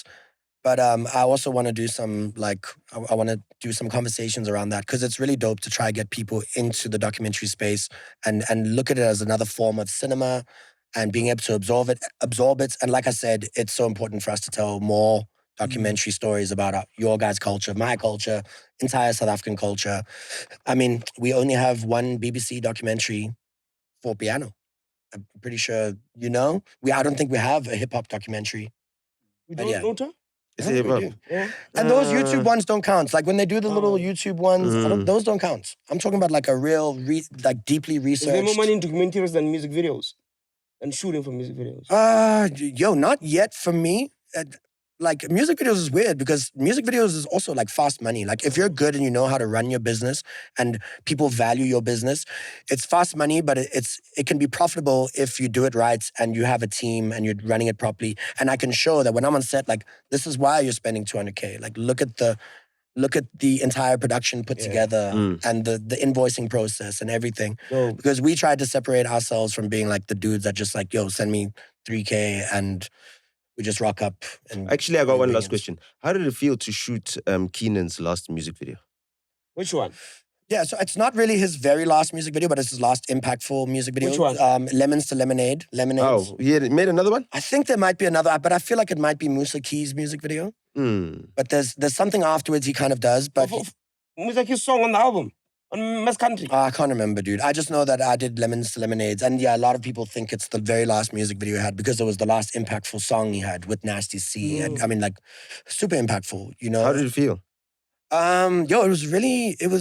Look, a shout out to Keenan, man. Keenan really brought me into my South African, authenticity. Is it, yeah? Like, what is another video I did for him? I think Free and Fella in Versace. And working with Keenan, he'd be that type of dude where it's like, yo, in the concept, while we're conceptualizing, what's South About this, you know? So with many videos we did. What's South about South like it's, you know what I mean? So working with Keenan, we were in the club together one night and he was like, yo, man, let's do this concept that's like basically, let's take that maths dude. Did he get, was he the type to get lit in the club? Was he like? No, he's got a gig. I was there with him. Sekho he was dating Nadia at the time. And also I've known Keenan a fairly long time. But Sekho was, So Sekho was always around Keenan. So obviously because I'm friends with Sekho, I'd always be with Sekho. And then there's many times I'd be with Keenan, especially towards that time. Same thing with Ricky. Sekho's really good friends with Ricky. I would be with Ricky a lot of times, you know? Also did some videos for Ricky called What It Is and I think one other. Did you ever see like White Powder there? Never, not once. Relax. So then, relax. So then... That's I mean, you're around these people. But that's your answer, relax. I don't see any of that stuff, no. That's your answer. I answered you properly in the beginning, but when I shoot. So anyways, with Lemons Lemonades, we're in the club one night and he was like, yo, we should do this concept that's like very South African and we should have like me being the maths dude. You remember that maths dude that had like the Cape Town picture behind him on SABC? William You Smith. might be too young for that one. Like it's like a He's white from guy. Neisner. Yeah, it's a picture of Neisner behind him, and he's like teaching maths to kids, and kids are calling in. And picture of the Neisner. So he was like, "Yo, let's do this concept that's like the most South it's like very South African influenced," and we were like, "All right, cool." And then we put the concept together, and we thought it's going to be like a variation of lots of different concepts, like the maths dude, a news, kind of like a Ricky Rick's Stay Shining a little bit, but yeah, it's basically it's like a kid like flicking through channels and during the 1980s, right? And it's different South African things, and Keenan is acting in it or whatever, right? And then we put it through conceptualized process, and we budgeted, and it was like so much money. It was way too much money. So he was like, nah, let's like trim it down a little bit. So that's when we came up with the idea of doing like the Jiga MacG setup. If you watch Lemonades, it's like, which then I went with my art director and like specifically. Because like, that's where they discovered Casper. Yeah. Jiga MacG. You went to Jiga MacG? Yeah, I think it was a dance. He was a Jiga contestant. Did you know? Swiso? When you get the HP? That's why they hired him, yeah. When Cass He's like, I'm telling you. When Cass had, I think you might be right. For real? I think you might be right. On, man. I don't know about him being discovered. I think you might be right. I've heard, during the process of this documentary, Cass was on Jiga MacG. That's where he started. I don't know. I think you could be right, but I don't want to go full on it. To this guy. But you know what? I've the been only doing. thing I remember about Cass is the what's the ping pong, the one head red, whatever. Remember when he was used to carry along the pin paw? Yeah. The thing. What is that? Chinese. Oh, okay. It's a Japanese pond, yeah. It's called ping pong. I remember that video with Nyovest with K2. It's like this video of them in the hood rapping and shit. Oh, yes. And they were still students and stuff. K2 was also he was supposed to be like the next Matswako dude. Yeah, he was. And then pretty dope. Then Nyovest came in. Yeah, but Nyovest went on to Jiga MacG. That's where you got I think you might be right. Yeah. But yeah, we did that concept, and yeah, shout out to Keenan because he like really like. So I was like, yo, let's do the Jiga MacG thing, and then like stay in this 1980s era, and then you're gonna wear like a pansula outfit with nasty, and we're gonna put you on this thing on this lighting on the floor that looks like it's all from the 1980s, 1970s, 1990s. So that was the whole theme, and it was Billie Jean, Michael Jackson. It was so dope working with Keenan because like he would push me, like he would push my Caucasian ass to be like, all right, cool, what are South African antidotes that we can use to bring out the authenticity of South Africa within the concept visually. And he was like that. And that's why it's so dope. And my experience with him on that set, I swear he was praying, he was praying. Like I've worked with him many times with Fela and Versace, but on that video, he was just like such a humble version of himself. There's a time he prayed with the entire crew. Like I've got like 40 extras. There's a behind the scenes, if you go look up behind the scenes, Lemonade's music video, there's a whole scene where Keenan is like praying with the crew and like hyping them up and being like, yo, thank you. And he was in such a good mood. Was a coach? Did he feel like he was gonna go out? No, I don't know. I don't think I can think that deeply about things and be that observant. But he was definitely... But was it weird? He was definitely a lot more closer to God, and he was like a lot more like centered towards the end. And I've worked with him many times before, but I know he was very centered towards that last music video I did. Oh, yeah. Very centered. He was thinking clearly.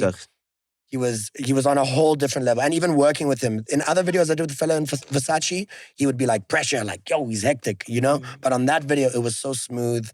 And it's interesting because it's during a time that he spent like a lot of money on that video, during the time that the piano dudes are like stopping to spend money on music videos. Dope. So, man, thank you, bro. Yeah. Thank you. Sorry, a bit long-winded. I hope I didn't bore you guys. That was dope. We really actually enjoyed the conversation. You used to talking to white people here. It was super insightful, my dog. Am I the first white person on the show? Yeah. Oh, yeah. Yeah, definitely. Bro, we have bad lighting on the show, right? We dark. We don't appear as... Oh, dude. You know? So I don't know what advice you have for our Newa and them to get the lighting right.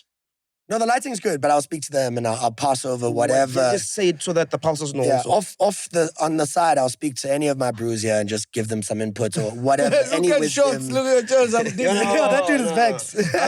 Joe, we good, man. Why did you have to throw... Thank you for coming to the show, man. Anytime, guys. Anytime. Shout out. We rock here.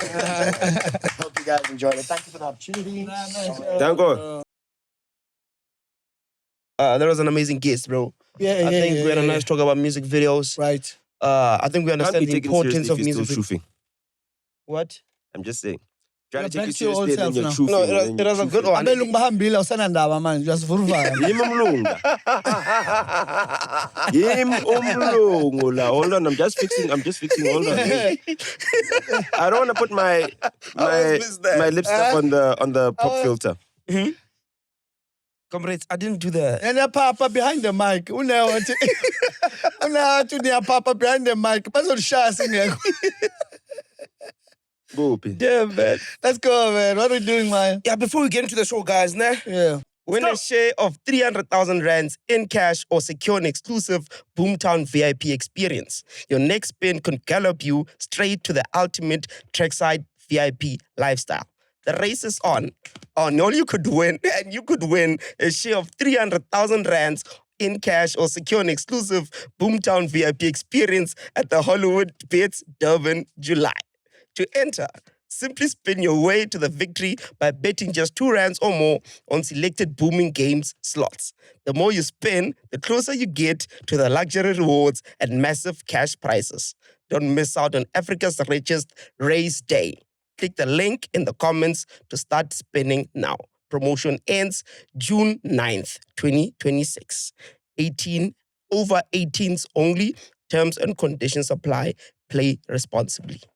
That was good. What was that about? We don't want to talk about bets, man. Oh, Piano Mash. Piano Pass, play your bills. Music Pass. Do you think he misses that old? What? The old show. Oh yeah, no, I really do, man. So getting to the show, current vibes, right? I saw Nasty C said that Tyler wanted $300,000, right? For a feature. And then he was like, nah. And then he basically blocked her. He blocked her? Yeah, he said he blocked her.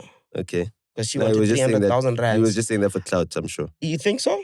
Why would he say that? But I feel like, I mean, it's a miss. What do you mean? It was a video of him. For me, I saw the video. It's a miss on Tyler's end. It's a miss on Tyler's side, bro.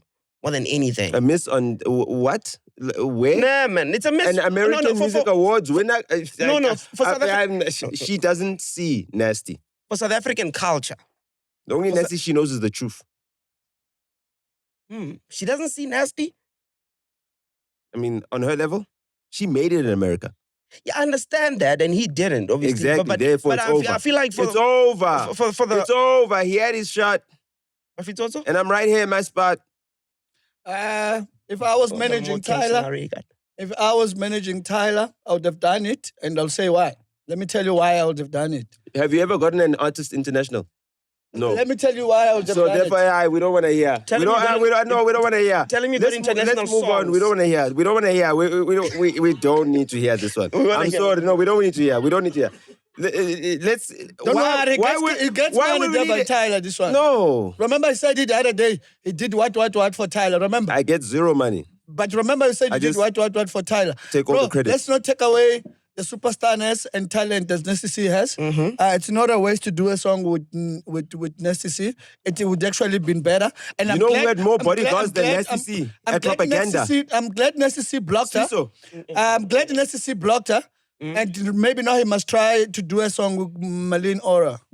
Malin Aura? I mean, who's this girl? The MDU, TRP. What Cass, yeah, Lord Cass. I think he must try to do a song with Lord Cass. He's going to get a much more musical song than he was going to get with Tyler. Tyler's not talented, he's well marketed.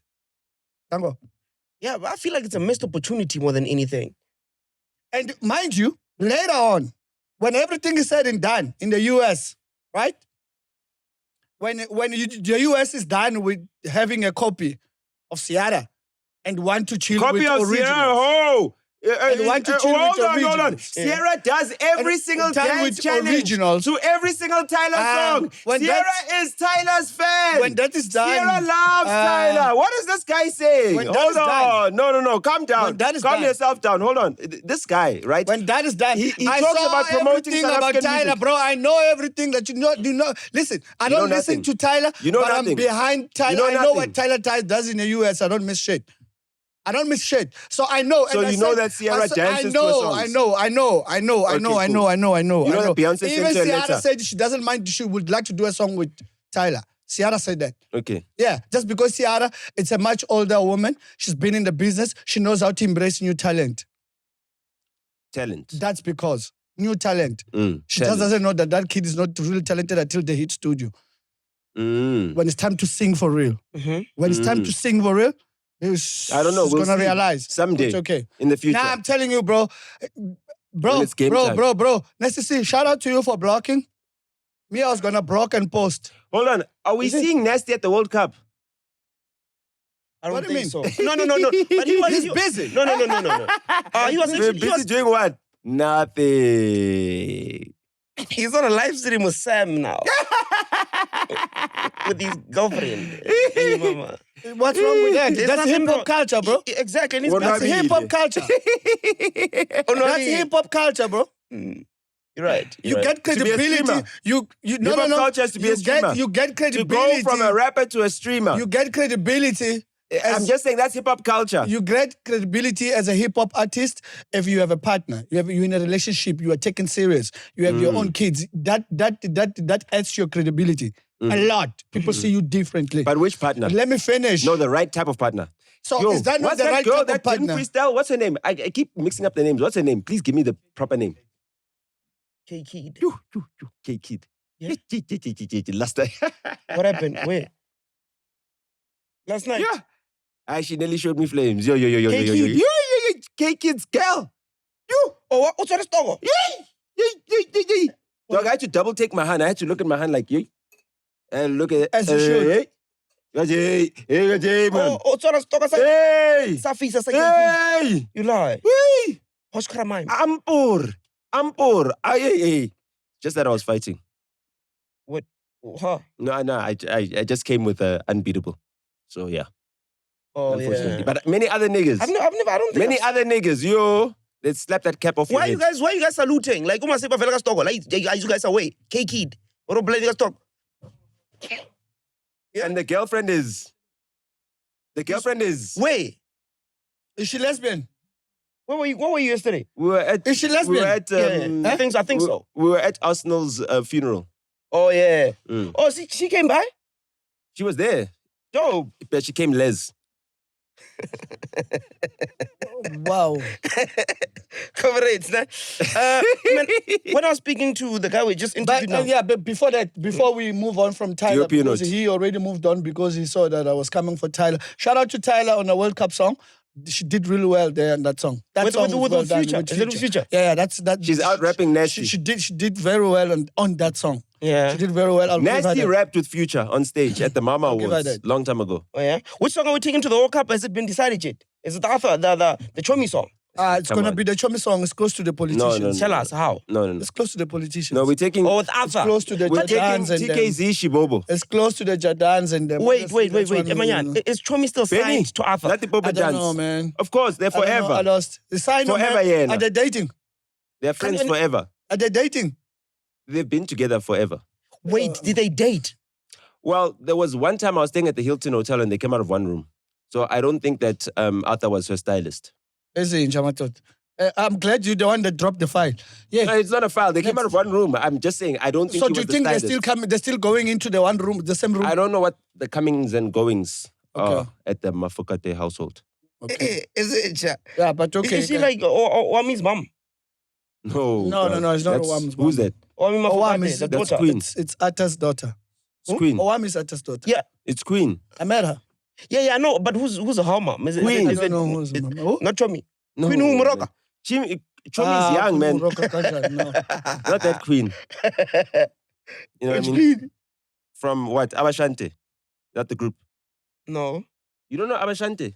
I know the group. Man, I was saying, before we actually started recording, I was talking to the guy we just interviewed now, DOP Nate. DOP Nate Thomas. Nah? Mm. And he was telling me that they about to work with Witness the Funk.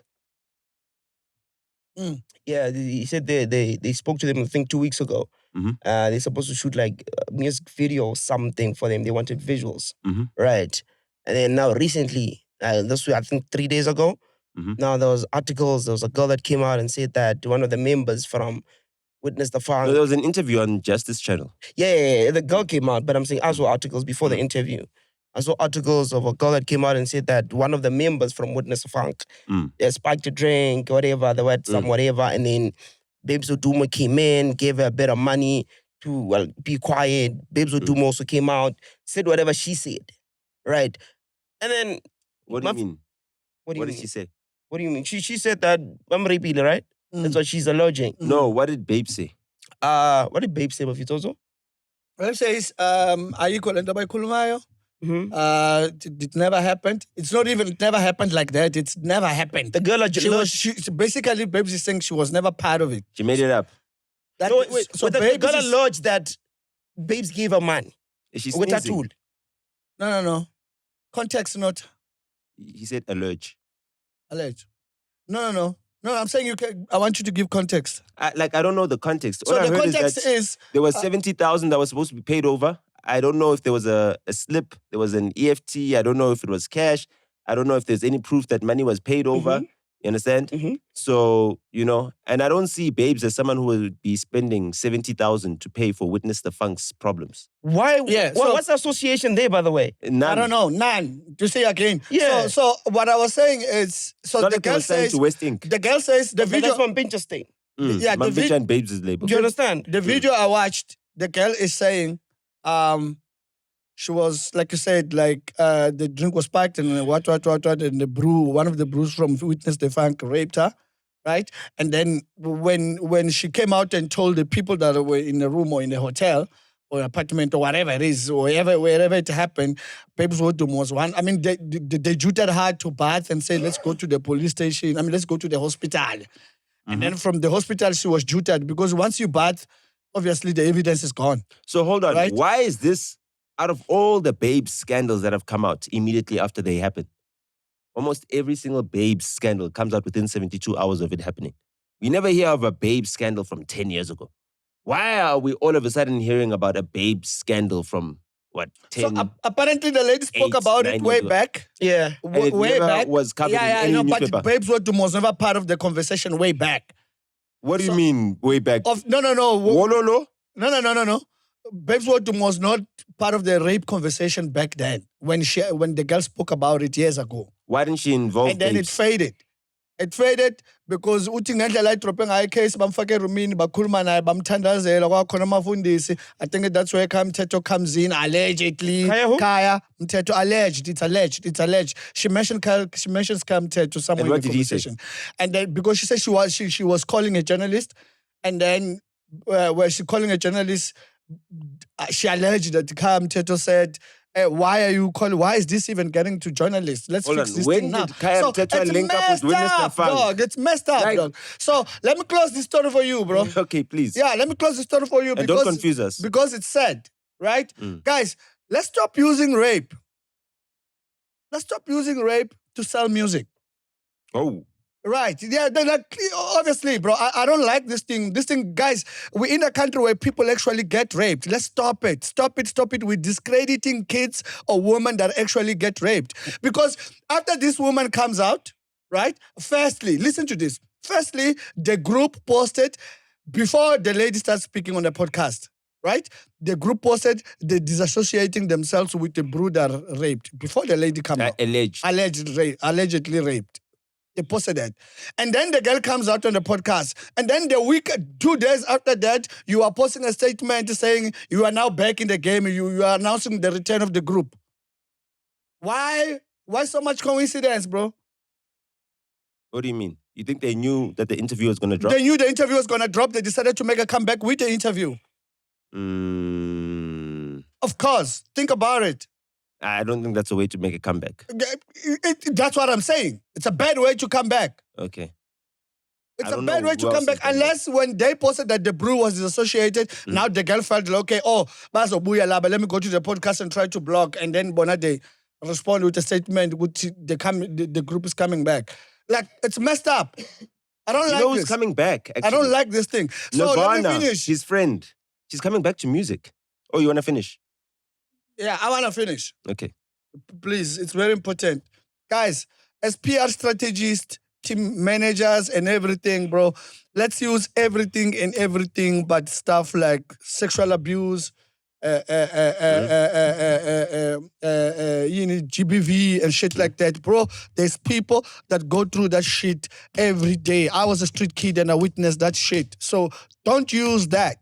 Because tomorrow, serious women that really went through it will want to come out and speak. And now we're going to start questioning. Oh, okay, how true is this? How, what? No. Leave this room open for all these women to come out and tell their stories so we hear them and then we will eventually find the truth. That's all I'm asking. It's bad PR.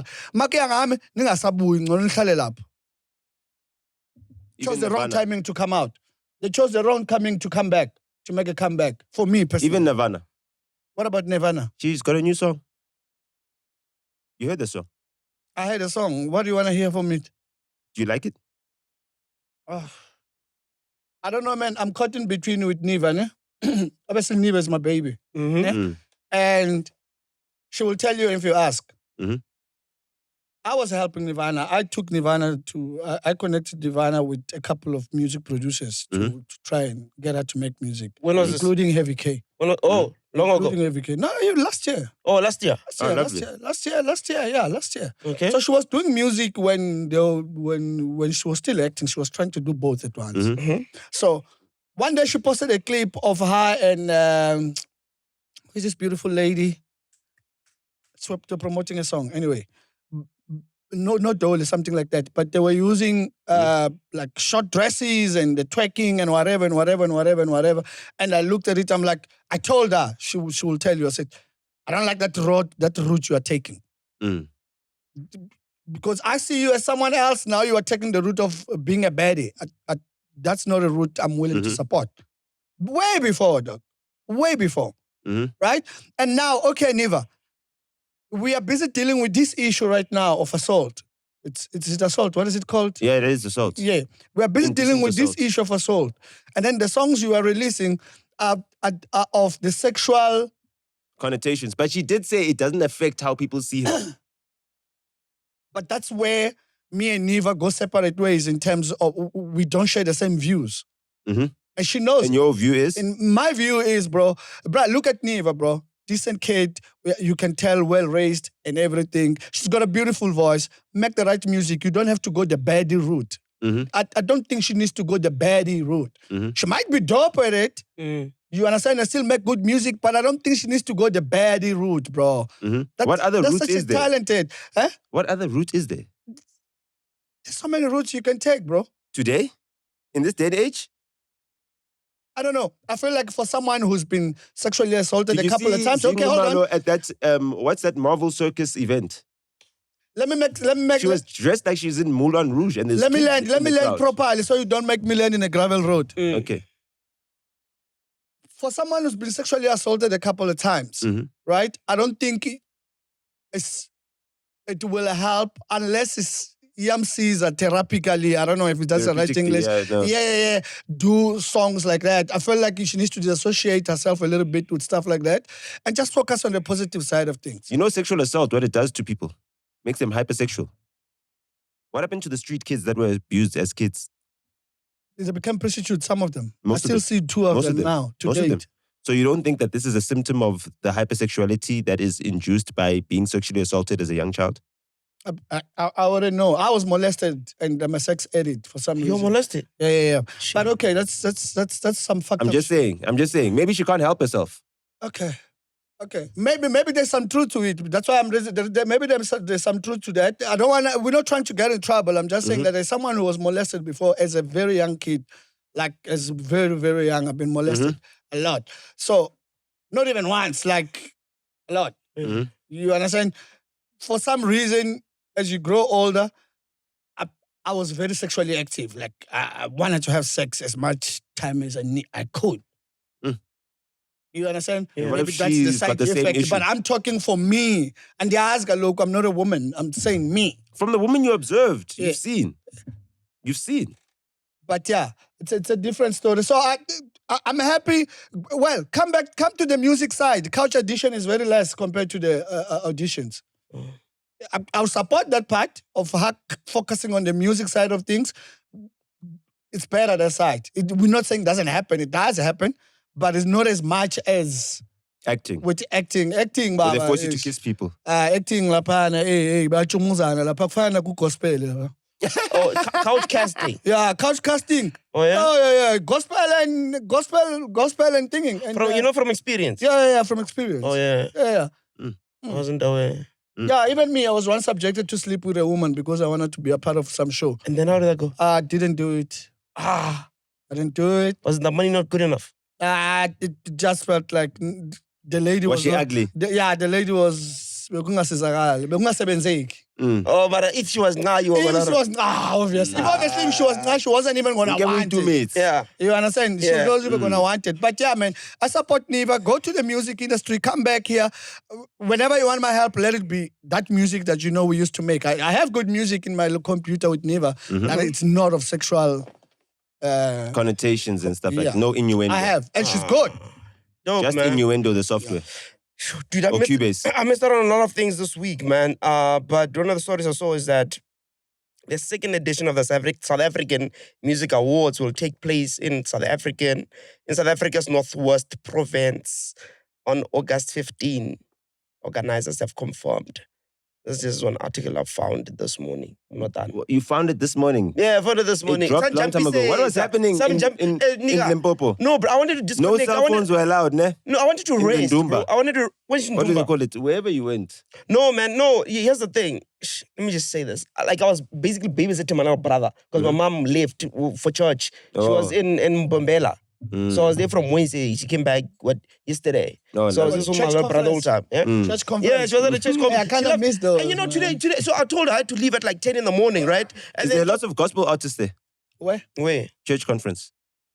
Everyone that sings there is considered gospel artists. They don't have like musicians. They have people that sing at the church. But so what do gospel artists do a lot? They chumusana a lot. I was saying. So now, gospel. So now my mama went out last night. Listen, I went out last night. I came back in the AMs, right? I slept, and then at like 9, she's like, "Yo, what time are you leaving?" I was like at 10. She's like, "No, can't you leave like after 1?" I was like, "No, I can't." Why do you want me to leave after 1? She's like, "No, I want to go to church." You wanted to leave after 9. I was like, how greedy is God? And she said, "No, leave after 1. I'm like, how greedy is God, bro? Like, you just came from a conference. You want me to stay again? Or you were gone for like 4 days, bro. Do you understand? Hey, it was just that, dope, man. What a gospel artist. No, but I know the adrenaline of those church conference, bro. Like it was it a women's conference? Yeah, I think she's like now a big member in the church. I don't know, bro. I don't know. She was promoted. She found her talent. I think she enjoys it. Now we're rocking the wrong person. She's gonna call me. About the summers in Mbombela. In Northwest, rather, sorry. Yeah, I think it's nice that they're back, at Sun City. It's always nice to stay at the palace for the summers, Right. Yeah. Are you gonna attend? I don't know, man. I have to ask my lady if it's worth going. That's very responsible. I'm gonna attend probably. But you never attend the summers. You did the year before. Yeah, I did. I will attend. I submitted music. Let's see if I get nominated. I think the summers are fair. They're more fair. We'll see. So you work there? No. He works there. No, I don't work there. I don't work there. No, he works there. He works there. You're gonna make him lose. He was part of the judging panel at some point in time. But, please, bro, why? There's a magazine that comes out with all the judges' names afterwards. It's not like a secret. What they judge is supposed to be a secret. He's lying. What their scores are is supposed to be a secret. There's a summer magazine that comes out, dog. You don't stay at the palace. You're out there at the Sun City Hotel, dog. Yeah, but shout out, man. I think I will attend, nominated or not. In your room at the palace, you get everything. Nominated or not, I think I'll attend. Just for also, man, we in a music show. This time. We're in a music show. We shouldn't be missing stuff like that. We should be able to see stuff like that as in real time instead of like. It's not something I want to see on my phone. I want to see it in real time. Yeah. Okay, let's go to beat break if it's also, bro. Beat break, bro. Let me start with recommendations, bro. Before I go to beat break. Can we do recommendations at the end of the show?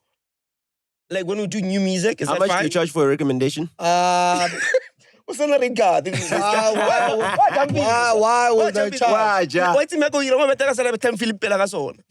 Why Why would I charge for that shit, dog? I know. Why would I charge for that shit, bro? Bit break there. Bit break, we're keeping it home. Do You Browns invoice. and Lonely London dropped the song Jerusalem. How do they meet? You and Limpopo, they've been together at Ambitious. Oh, yes. Oh, yes. Makes sense. So yes. they became brother and sister. Oh, They care for each other a lot. What happened to Smashy? I let me Bit break. Bisan. No. Remember they started Umuti Records underneath Ambitious when they were at Ambitious as Black Diamond, and they signed an artist called Smashy.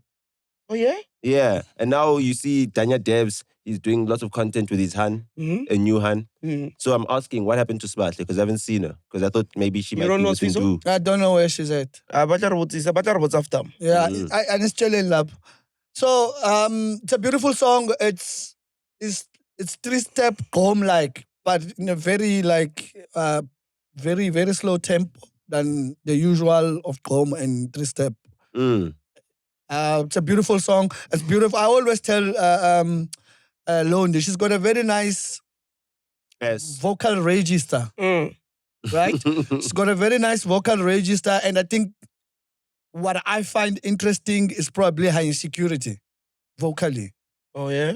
You understand? Like, you know, even with me sometimes, I hear clips or I hear a clip of mine, I just quickly, I think she's got the same thing with her singing voice, which is for me, I find it amazing. She blows though. The saxophone. Oh, yeah?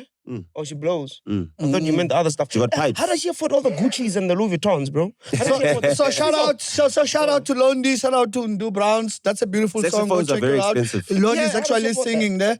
It's actually really singing properly singing, and I like the song, man. And if you give it a chance, it's gonna grow in you. It's a good song. I played in my Polo and Olivia. But how did she afford all the Louis Vuittons and the Gucci's? I don't know why. How would I know that?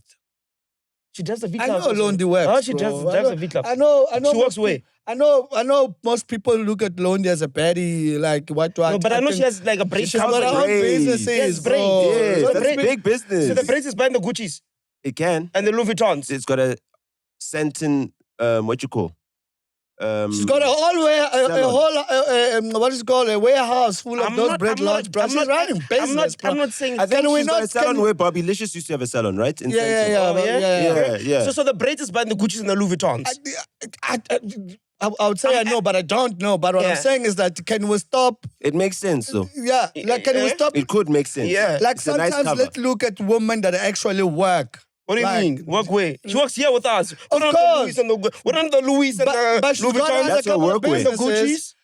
I dress well in Taisang and Pundo. But you don't have the Louis and the Yeah, Gucci's. I didn't say well. the Adidas and the Timberlands. I'm saying the Louis and the Gucci's. Nah, man. Shout out to Londi, shout out to Ndu Browns. Nah, man, what? Keep at it, bro. Nah, man, what? Keep going. Well, you know No, something we nigga. don't. Nigga, tell us. You haven't dropped. Drop. I feel This is like your no. chance. I feel like if it was someone else, that person, but we were gonna deep dive. Like who? Like who? Find Like all who? the Like who? possible- Give us an Find all the example. Who? Wait. Who? Find all Who? the possible scenarios Who? and then eventually come Who? up with a solution Who? on the show and let it go. Who? But because for some reason, Who's who in the zoo? eh, Who? all of us, yeah. Like who? Give us a lady that you I'm think saying, we if need it to was go. with anybody else. No, give us one. Bro, wearing bread. You haven't rocked. Just give us one. I don't at know least, anything that about her. think You are we- closer to her. You nah. talk to her. She's your crush. You talk to her. She's not my crush. She's not your crush She's not anymore. my type. She's Soul's crush. She's not your crush anymore. No, I'm not I've gonna never please. crushed on her. Oh, come on, bro. Dog, nah, dog. She's got a fat ass, dog. Yeah? Yeah. Like, you know what I mean? Okay, But Nota just said, Nota was saying here, he's incapable of handling feathers. So No, I said that off camera. I didn't say it here.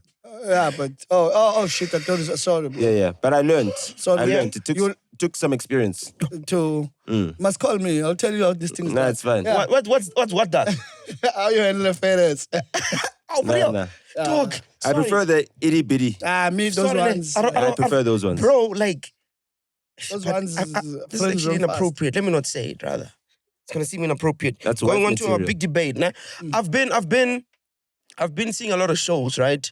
That are actually done by Amapiano DMV, right? One of the biggest promoters of Amapiano overseas. And I think they did a sold-out show not so long ago of 3,500 people, right? Oh, With lovely. no headliner, just normal, you know? by themselves. And then now, obviously, they're going to have Maphorisa coming there soon. I think those tickets are selling very fast. And now, After how many attempts? What do you mean of him going there? Yeah. You've been trying to get him. They never complained to me about him. He sent like Instagram story apologizing for his visa issues at some point in time. Was it Amapiano DMV? Yeah, many times he'd been supposed to go to an Amapiano DMV event and he didn't go. So basically what I did is I sent this lady a message and I asked, I was like, yo, there's a debate in South Africa about Amapiano dying. How's the reception in America? And then when she told me that, no, we just did a sold out show, 3,500 What people. network is she using? What do you mean, what network? Yeah. It's on Instagram. And on WhatsApp also. I don't know what network she's using. So she told me it's still doing well overseas. Did I get it wrong? Did I miss anything? I'm tired. Please forgive the reception. Eh, nigga, please, I'm not done. The network. Reception ki network. You don't have that in Limpopo. Yes. 3G. She's like, it's doing well. And now that America's going into summer, she'll be able to tell even more during the summer about what Amapiano, if Amapiano is still a thing or not, that side. But I feel like the debate is still happening in South Africa. A lot of people are saying Scott is the one that's actually killing Amapiano. There was this picture I saw where they said he is killing it. Mdu is the one that gave birth to Amapiano, and this guy's taking it to the grave. Mdu did what? Well, it was just a tweet. I know it's wrong, but they're saying that that's bullshit. Mdu gave us the lock drum. He didn't. Makwa gave us the lock drum on Laundry Day Fresh. The lock drum is a Fruity Loops VST, guys. Yeah. There's no guy in South Africa that invented the lock drum. It was invented at Image Line Studios. The people that made Fruity Loops. It's a plug-in. It's a VST plug-in. You understand? So the guy used something that was on the computer. It's like the guy who made Sister Bettina. Yeah? He used a demo beat. That was a demo beat on Fruity Loops. It was a demo beat. But so then all these years, why did you let them run? Why did you let South Africa run with it? I mean, like, I was, just keeping quiet. Why? You know what I mean? It's not like you, bro. I felt like it was unnecessary. You know what I mean? I felt like a documentary would come one day in the future and correct. But now that we see that these niggas don't have the English bundles to sell the culture. Yeah?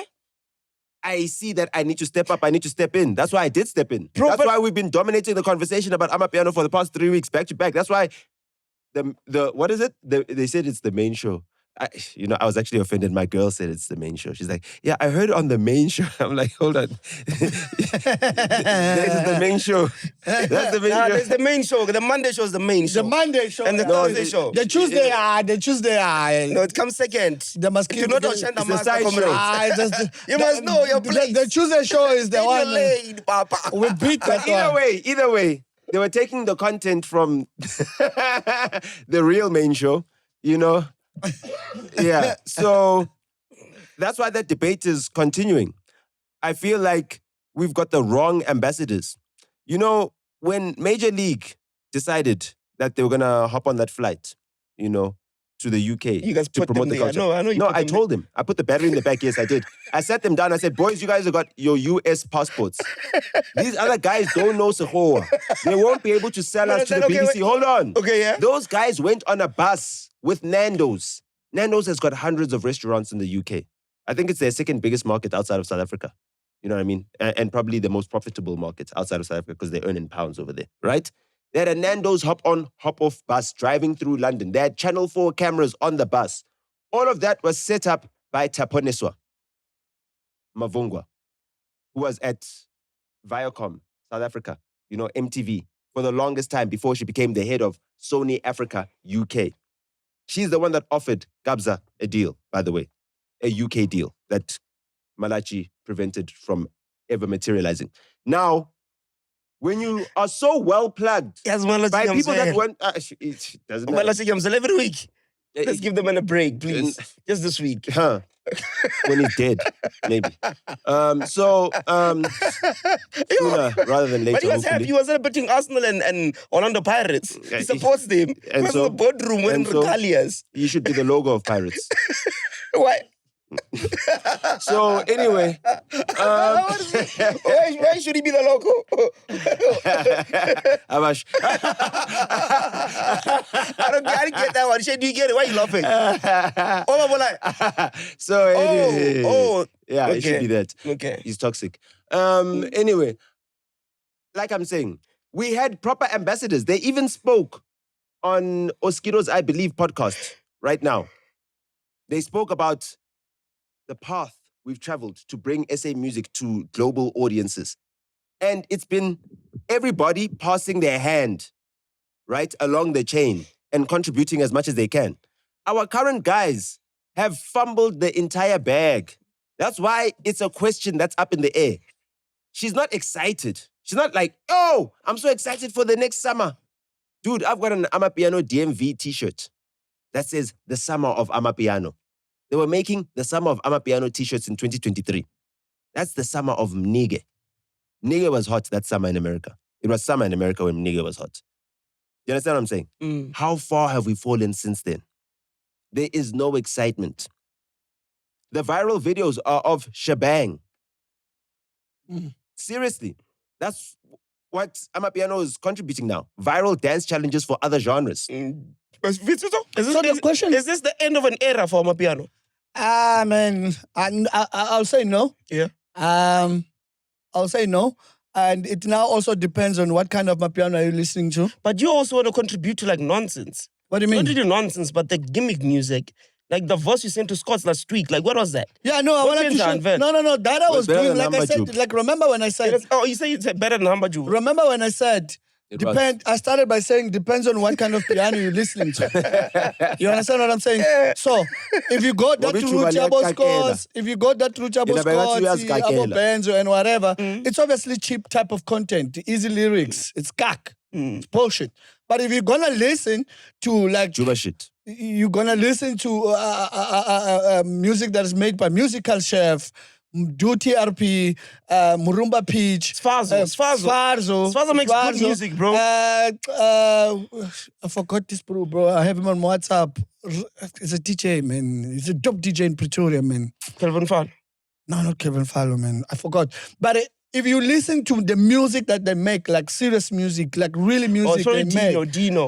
Dino's No Deep? Ria the Soul. Or Ria the Soul? Yes. I'm always see him in Pretoria. I never bump into him this side. Oh, yeah. Yeah. So, if you listen to the music that they're making, bro, you can tell that Amapiano will stay long.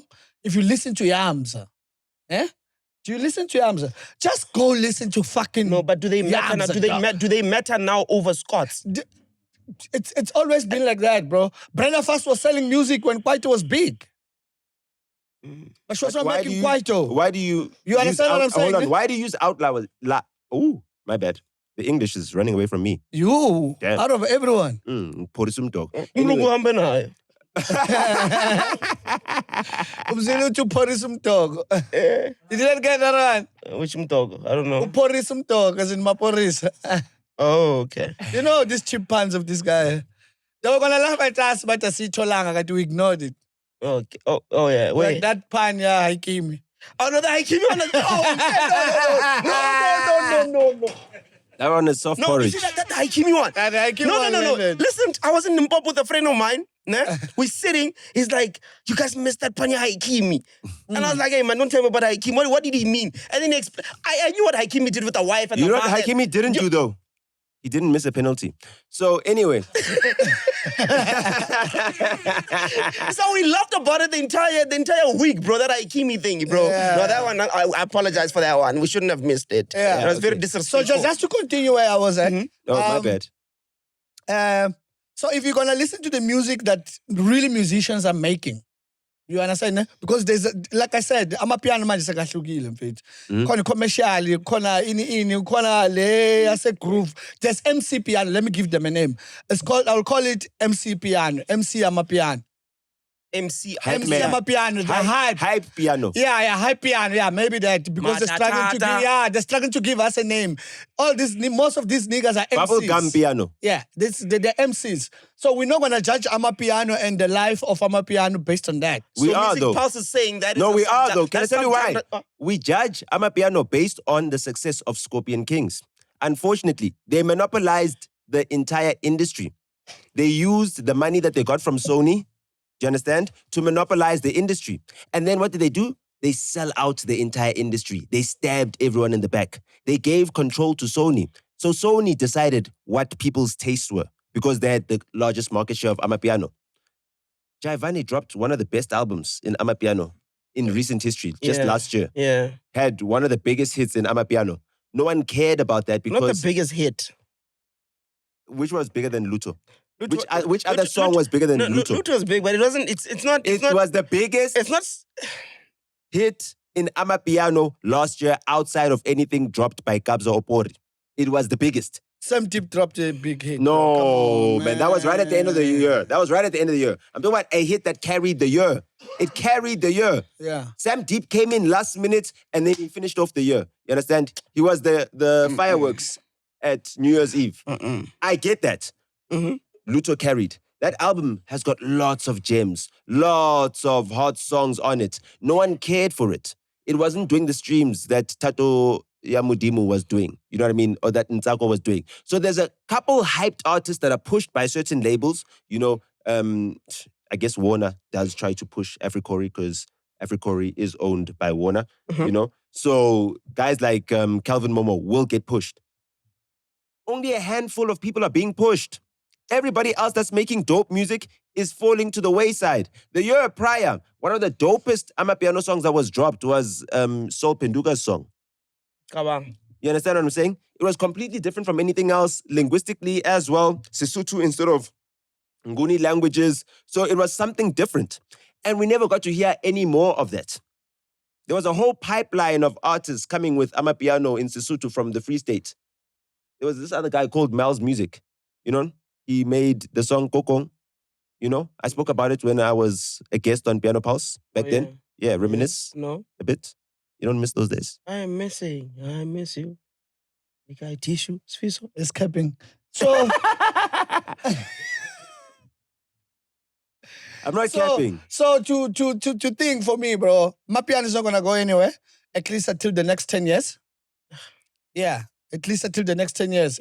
I know there's a kid out there. There's a kid out there with the new Amapiano sound that's gonna come. That's not and Dappy. Change. Dappy's dope. It's really dope. But I feel like Dappy, it's already in the energy that is happening now. Oh yeah. So I don't think he's sitting down and think, what can I do differently? He's dope. He's really dope. But it's a picara, you understand? Yeah. I'm waiting for He dropped 2 albums last year, by the way. Yeah, I'm Different waiting for sounds. a producer that will come up with a new sound, work with Zawadi Amungo, and not talk about Come on, not Zawadi again. Oh shit! Oh no, Zawadi, you've got to put some respect on Zawadi. If you listen to No, Zawadi, no. you're not gonna go that No. way. No, nigga. No. I will not let you disrespect Zawadi. Nah, At least I mean, not come today. on. She's a copycat of all those No, other bro, artists that come do on, that African chanting come on, music. bro. Come on, bro. You know what I mean? Come on. Don't do that. Don't do that to Zawadi Amungo, bro. Don't do that. Don't do. You I know, wanna I laugh. was Simpiwe Dana, so. Nah. Don't do that. I mean, that's Don't what do she that. tries to do. Don't do that. Don't Simpiwe Dana on do that. Black Coffee Don't do- remixes, Don't do that. bootlegs. No, bro. No. That's what Zawadi she tries to Amungo. do. No. You know these deep house No, guys. you're gonna leave these Zawadi Afro-tech- Amungo okay, alone, fine. dog. Let's leave her alone. Eh, Let's baba, talk eh, about baba, the eh, actual baba, problem. eh, Hold on, baba. this is my actual Eh, problem. baba. This is my actual problem. No, not Zawadi, dog. I said I'm Take leaving it her alone. back. I'm not taking it back. No, Let me leave her I'm alone. not gonna let you You said I'm a- continue if you don't take it back. Okay, Afro-tech guys, have got this hatred of But he Amapiano. didn't take it back. He didn't take it back. It took their shine away. Maslo. Agangazi. Agamazi. Hagasamaz. You're not going to the summers, right? That's what I was saying. Okay. I'm sorry. It was low-hanging fruit. Anyway, so what I'm saying about these Afro-tech guys is that they want us to talk about them. They think that they deserve to be spoken about. They think that they're doing something. They're not moving the needle. They're not moving people's hearts. And all they've had is jealousy and hatred for Amapiano for the longest time. So they could not wait for the moment when Pori and Kabza were sitting there being sunned by an Afro-tech god. Well, in their opinion. You understand what I'm saying? What is your opinion? No. So that whole entire movement that whole entire moment was fabricated to create the impression that the Amapiano goats bow down to the Afro-tech guys. That's all it was for. It was to destroy the morale of Amapiano hopefuls out there. It was to destroy the morale of the kids that are hoping to get themselves to the world with Amapiano. Because they were told that the greatest Amapiano prospects ended up going to Europe to suck and up to black coffee. making noise. Like that nonsense set that they were playing of all that nonsense music, the same way they bored people in London.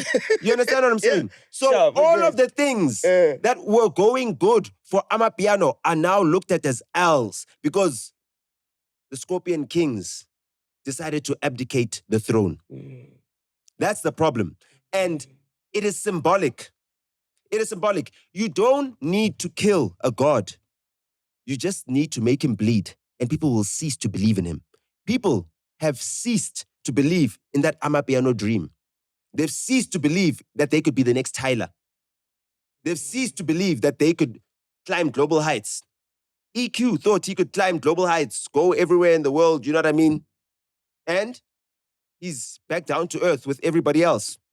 He wasn't given the platform. And so many artists were not given the platform. Major league DJs were not given the credit for the work that they did to platform Amapiano. People were saying, oh no, you guys are genre hopping. But they needed to be the gateway for us to get onto the world stage. And they did that. And they were sacrificial lambs. And what did Amapiano people do? They turned their backs on them. People forgot that that's where DOS got hot, working with them. And the people that they were funding, the people that they were booking, the people that they were putting on the balcony miscs. You understand what I'm saying? Right now, they're doing that Mask of Africa in Ibiza. Oh, yeah. Scorpion Kings can't do an Ibiza residency. They can't bring the sound to the dance market, to the global market that they want to be consuming it. They can't take it to pop house level. They can't take it to Tomorrowland. And therefore, they are being looked at as losers. They're losing to a genre that's not trending. Nobody cares for Afro-tech, dog. Doesn't matter which Afro-tech artist drops, it's not going to be charting anywhere. It's not charting on Spotify. We're not seeing, what's that guy? Africa 2022, posting about a new Afro-tech release. Never. Because it doesn't move the needle. And now, hold on, I need to land this. Let me land. You are landing on the gravel road. You're trying to protect you. No, you're not trying to protect me. Let me tell you why I need to land this. Don't land in a gravel road, because my nigga. I mentioned Saul earlier. You understand what I'm saying? Saul has never been a believer in Amapiano. He's a guy who hopped onto it because it's got swag. He was doing tribal. You understand? So he was part of that whole entire Black Coffee Afro-tech. Follow the song. Those guys have been waiting for the downfall of Amapiano. Dog, so hyped. Zakes Bantwini Osama, the most nonsense garbage song ever consumed in South Africa. It doesn't even have lyrics. What are the lyrics of Osama? Man. It's mambo jumbo. It doesn't even have lyrics. Dog, he could have done it in a different language. He could have done it in Portuguese, in Spanish, in whatever. But he did it in Swahili. It's not Swahili, dog. It's mambo jumbo. It's not Swahili. No, it's nothing. It's no language at all. Osama's got no words. Shit. It's just mumbling. So he took a demo and he made a song of a demo because it went viral at Shimza's gig. That's all that happened. You understand? It went viral, and then Soul Penduka and all the Afro-tech guys were like, yeah, no, we've got a hit. And then it became a hit. And then they misled everyone. They did songs with your Nana Atas and everything else. What a nonsense song. Dog. It's a beautiful song, man. Nah, man, leave Zex. That's a beautiful song, bro. For someone who takes himself seriously as an artist, Zakes Bantwini should never be making mambo jumbo songs in his life. If you guys are going to say that Scott Mapuma is killing Amapiano with his lyrics, then that nonsense should have killed Afro-tech. The only reason Afro-tech is still alive is because white people that don't know how to dance are dancing to it. That means they can dance to whatever fucking shit. Bjork was playing fucking Bolo House. Playing, what was he playing? He was playing a traditional Limpopo music. What is they call that? Shugubu. Bjork was playing that in Europe, in Venice. Do you understand what I'm saying? Where Jeff Bezos was getting married. The richest man, like, you know what I mean? In grocery delivery. Okay, no, that was a good clip. No. That was a very long clip. No. I'm landing a jumbo jet. No, you are landing it in a gravel road. It's not a gravel road. You don't want to survive. I'm landing it at Kruger National Park. Like the Oppenheimers do, on gravel. Okay? Now, what I'm saying is this.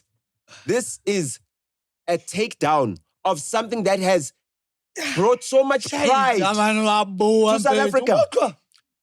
Like, we have never had the world's attention like we did with Amapiano's explosion. Yes, you're right. How could our biggest artists, how could our biggest ambassadors of culture hate so much that they did everything in their power to destroy it? They did everything in their power to destroy it. Oskido never intervened once and did one good thing for Amapiano. He supported everyone that was destroying it. Everyone that was destroying Amapiano, Oskido was supporting while he was making Amapiano beats at the same time, hopping onto the swag. Not giving the guys the codes and the keys and opening them up to the international markets, not creating platforms for them. He should have been doing that. Why did government crown him then? Instead, he was glazing his So you own don't agree friends. with government crowning him? Look, all I'm saying is that Yes or Amapiano, no? all I'm saying is that Amapiano If did he more was doing- for South African music than every other genre did previously. Oskido was there when Kwaito was killed by the house DJs.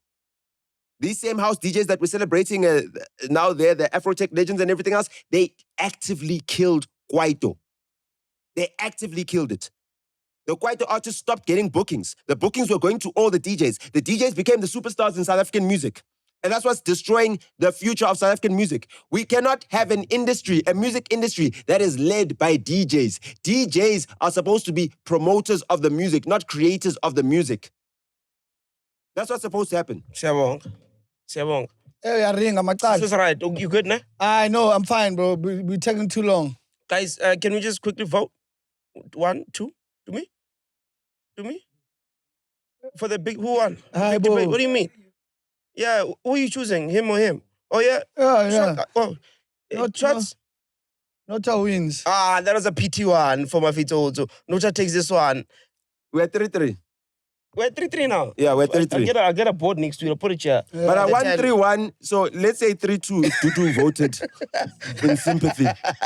In sympathy, in pity. You know she stays. In pity. You know she stays. I'll give it to you. In pity party. That was good on you. I think you can do your recommendations now before we close the show, man. No, he won the fashion award.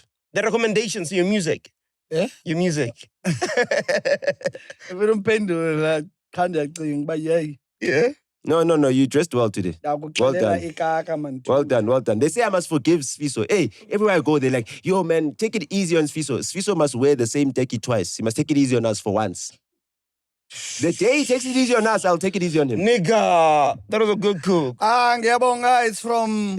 You guys must come to my closet and see how much clothes I have. You have a lot of clothes now? It's a walk-in closet. Who's counting? Bruh, if you're a man, you need summer clothes, winter clothes. Can you do this? Yeah, yini musamanda abaqalile mangiceda lapho ingqoka amavasilapho nize emsebenzini. Where? No, we weren't deprived of clothes as kids. We grew up in the streets. Come here. Uthini? No, he said, your clothes are nice. No. What did he say? No, man, no. If you don't tell me, my nigga, I watch. I rewatch. You must know next episode it's on you, my nigga. I'm doing the next, so you must tell me the truth right now. What did Nota say? No, bro. And he just said you have nice clothes now, unlike back then. That's what he said. He said you have nice clothes now, unlike back then when you know. When I was a street kid. No, he said Is that what that's what he said? That's what he meant. Yeah, he said we weren't deprived of clothes when we were young. That's what he said. You see, now that changes the mood. You see, it's not nice. No. I'm not bothered by that shit. Okay. Let him do his own thing. I'll buy him clothes at some point. Ngiyabonga, it's featuring Angazi, na? Angazi. Imali lakhona ngibonile mina. Inika gold. So yini mafune shopisha akazingeni. He doesn't like clothes. Nah, he should dress like a white people. Mafitzo, can we go on with that? Ngiyabonga, my recommendations ngiyabonga from Yamza and Kelly Botman. Kelly Botman. Yeah. Kelly Botman. Underrated vocalist, by the way. That's the reason why I'm doing the recommendation and you motherfuckers think I got paid. It was Kelly Botman and Simi. It's dope how she's the one starting the song and she's the youngest in the room in the song.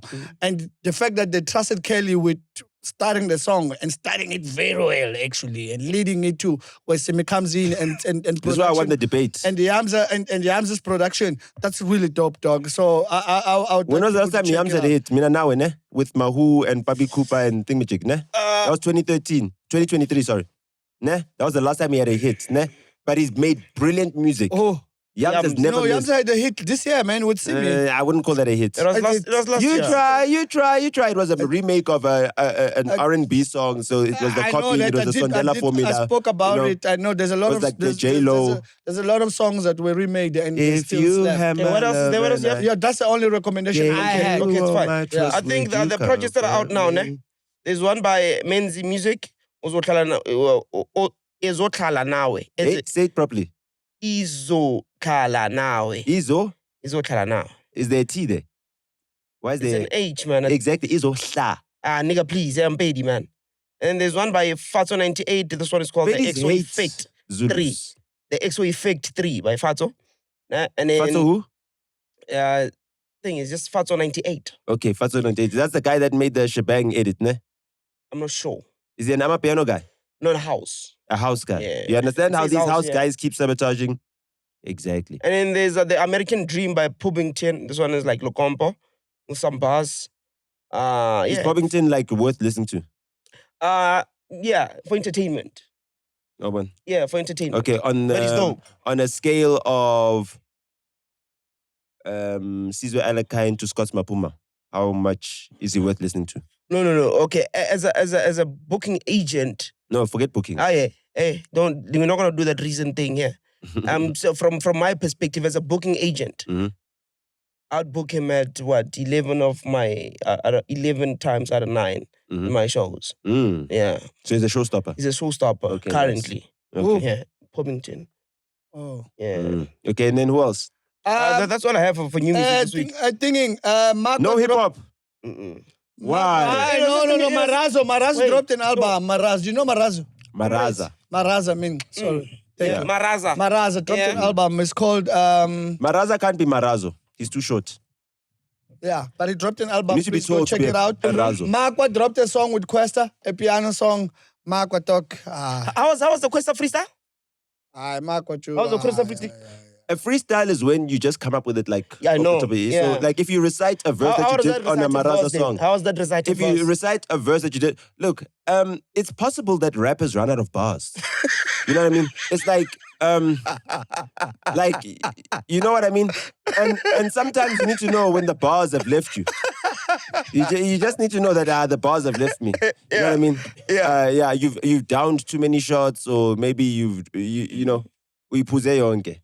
The whole bar is finished. You know what I mean? There's nothing left in the cellar. There's nothing like next.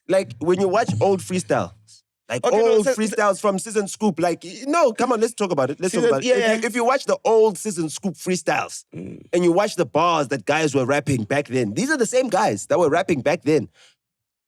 It shows you how little they've progressed in life. Because the bars are supposed to change based on what you're rapping about, the subject matter.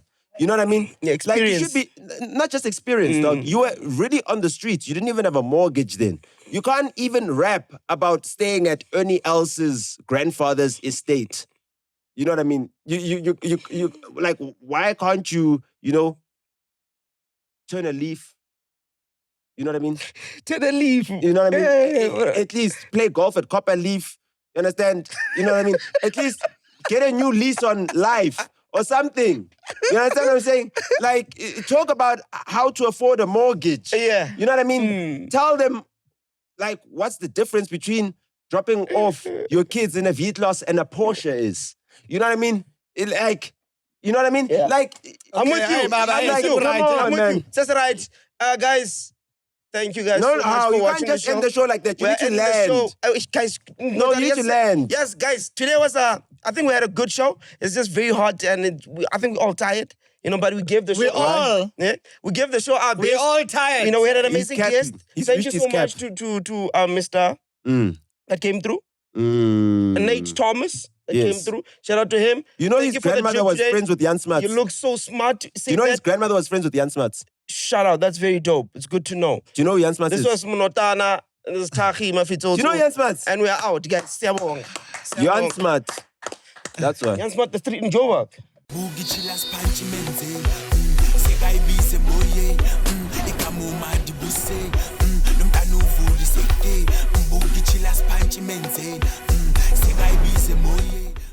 Emhlabeni kaJehova subscribe nina futhi nibabi. If ubhekele channel for 10 minutes longer and aka subscribe umubi dog. That's why bakuchithela ngoba awuna commitment. Unama commitment issues. Subscribe lapho. Ngeke sizwe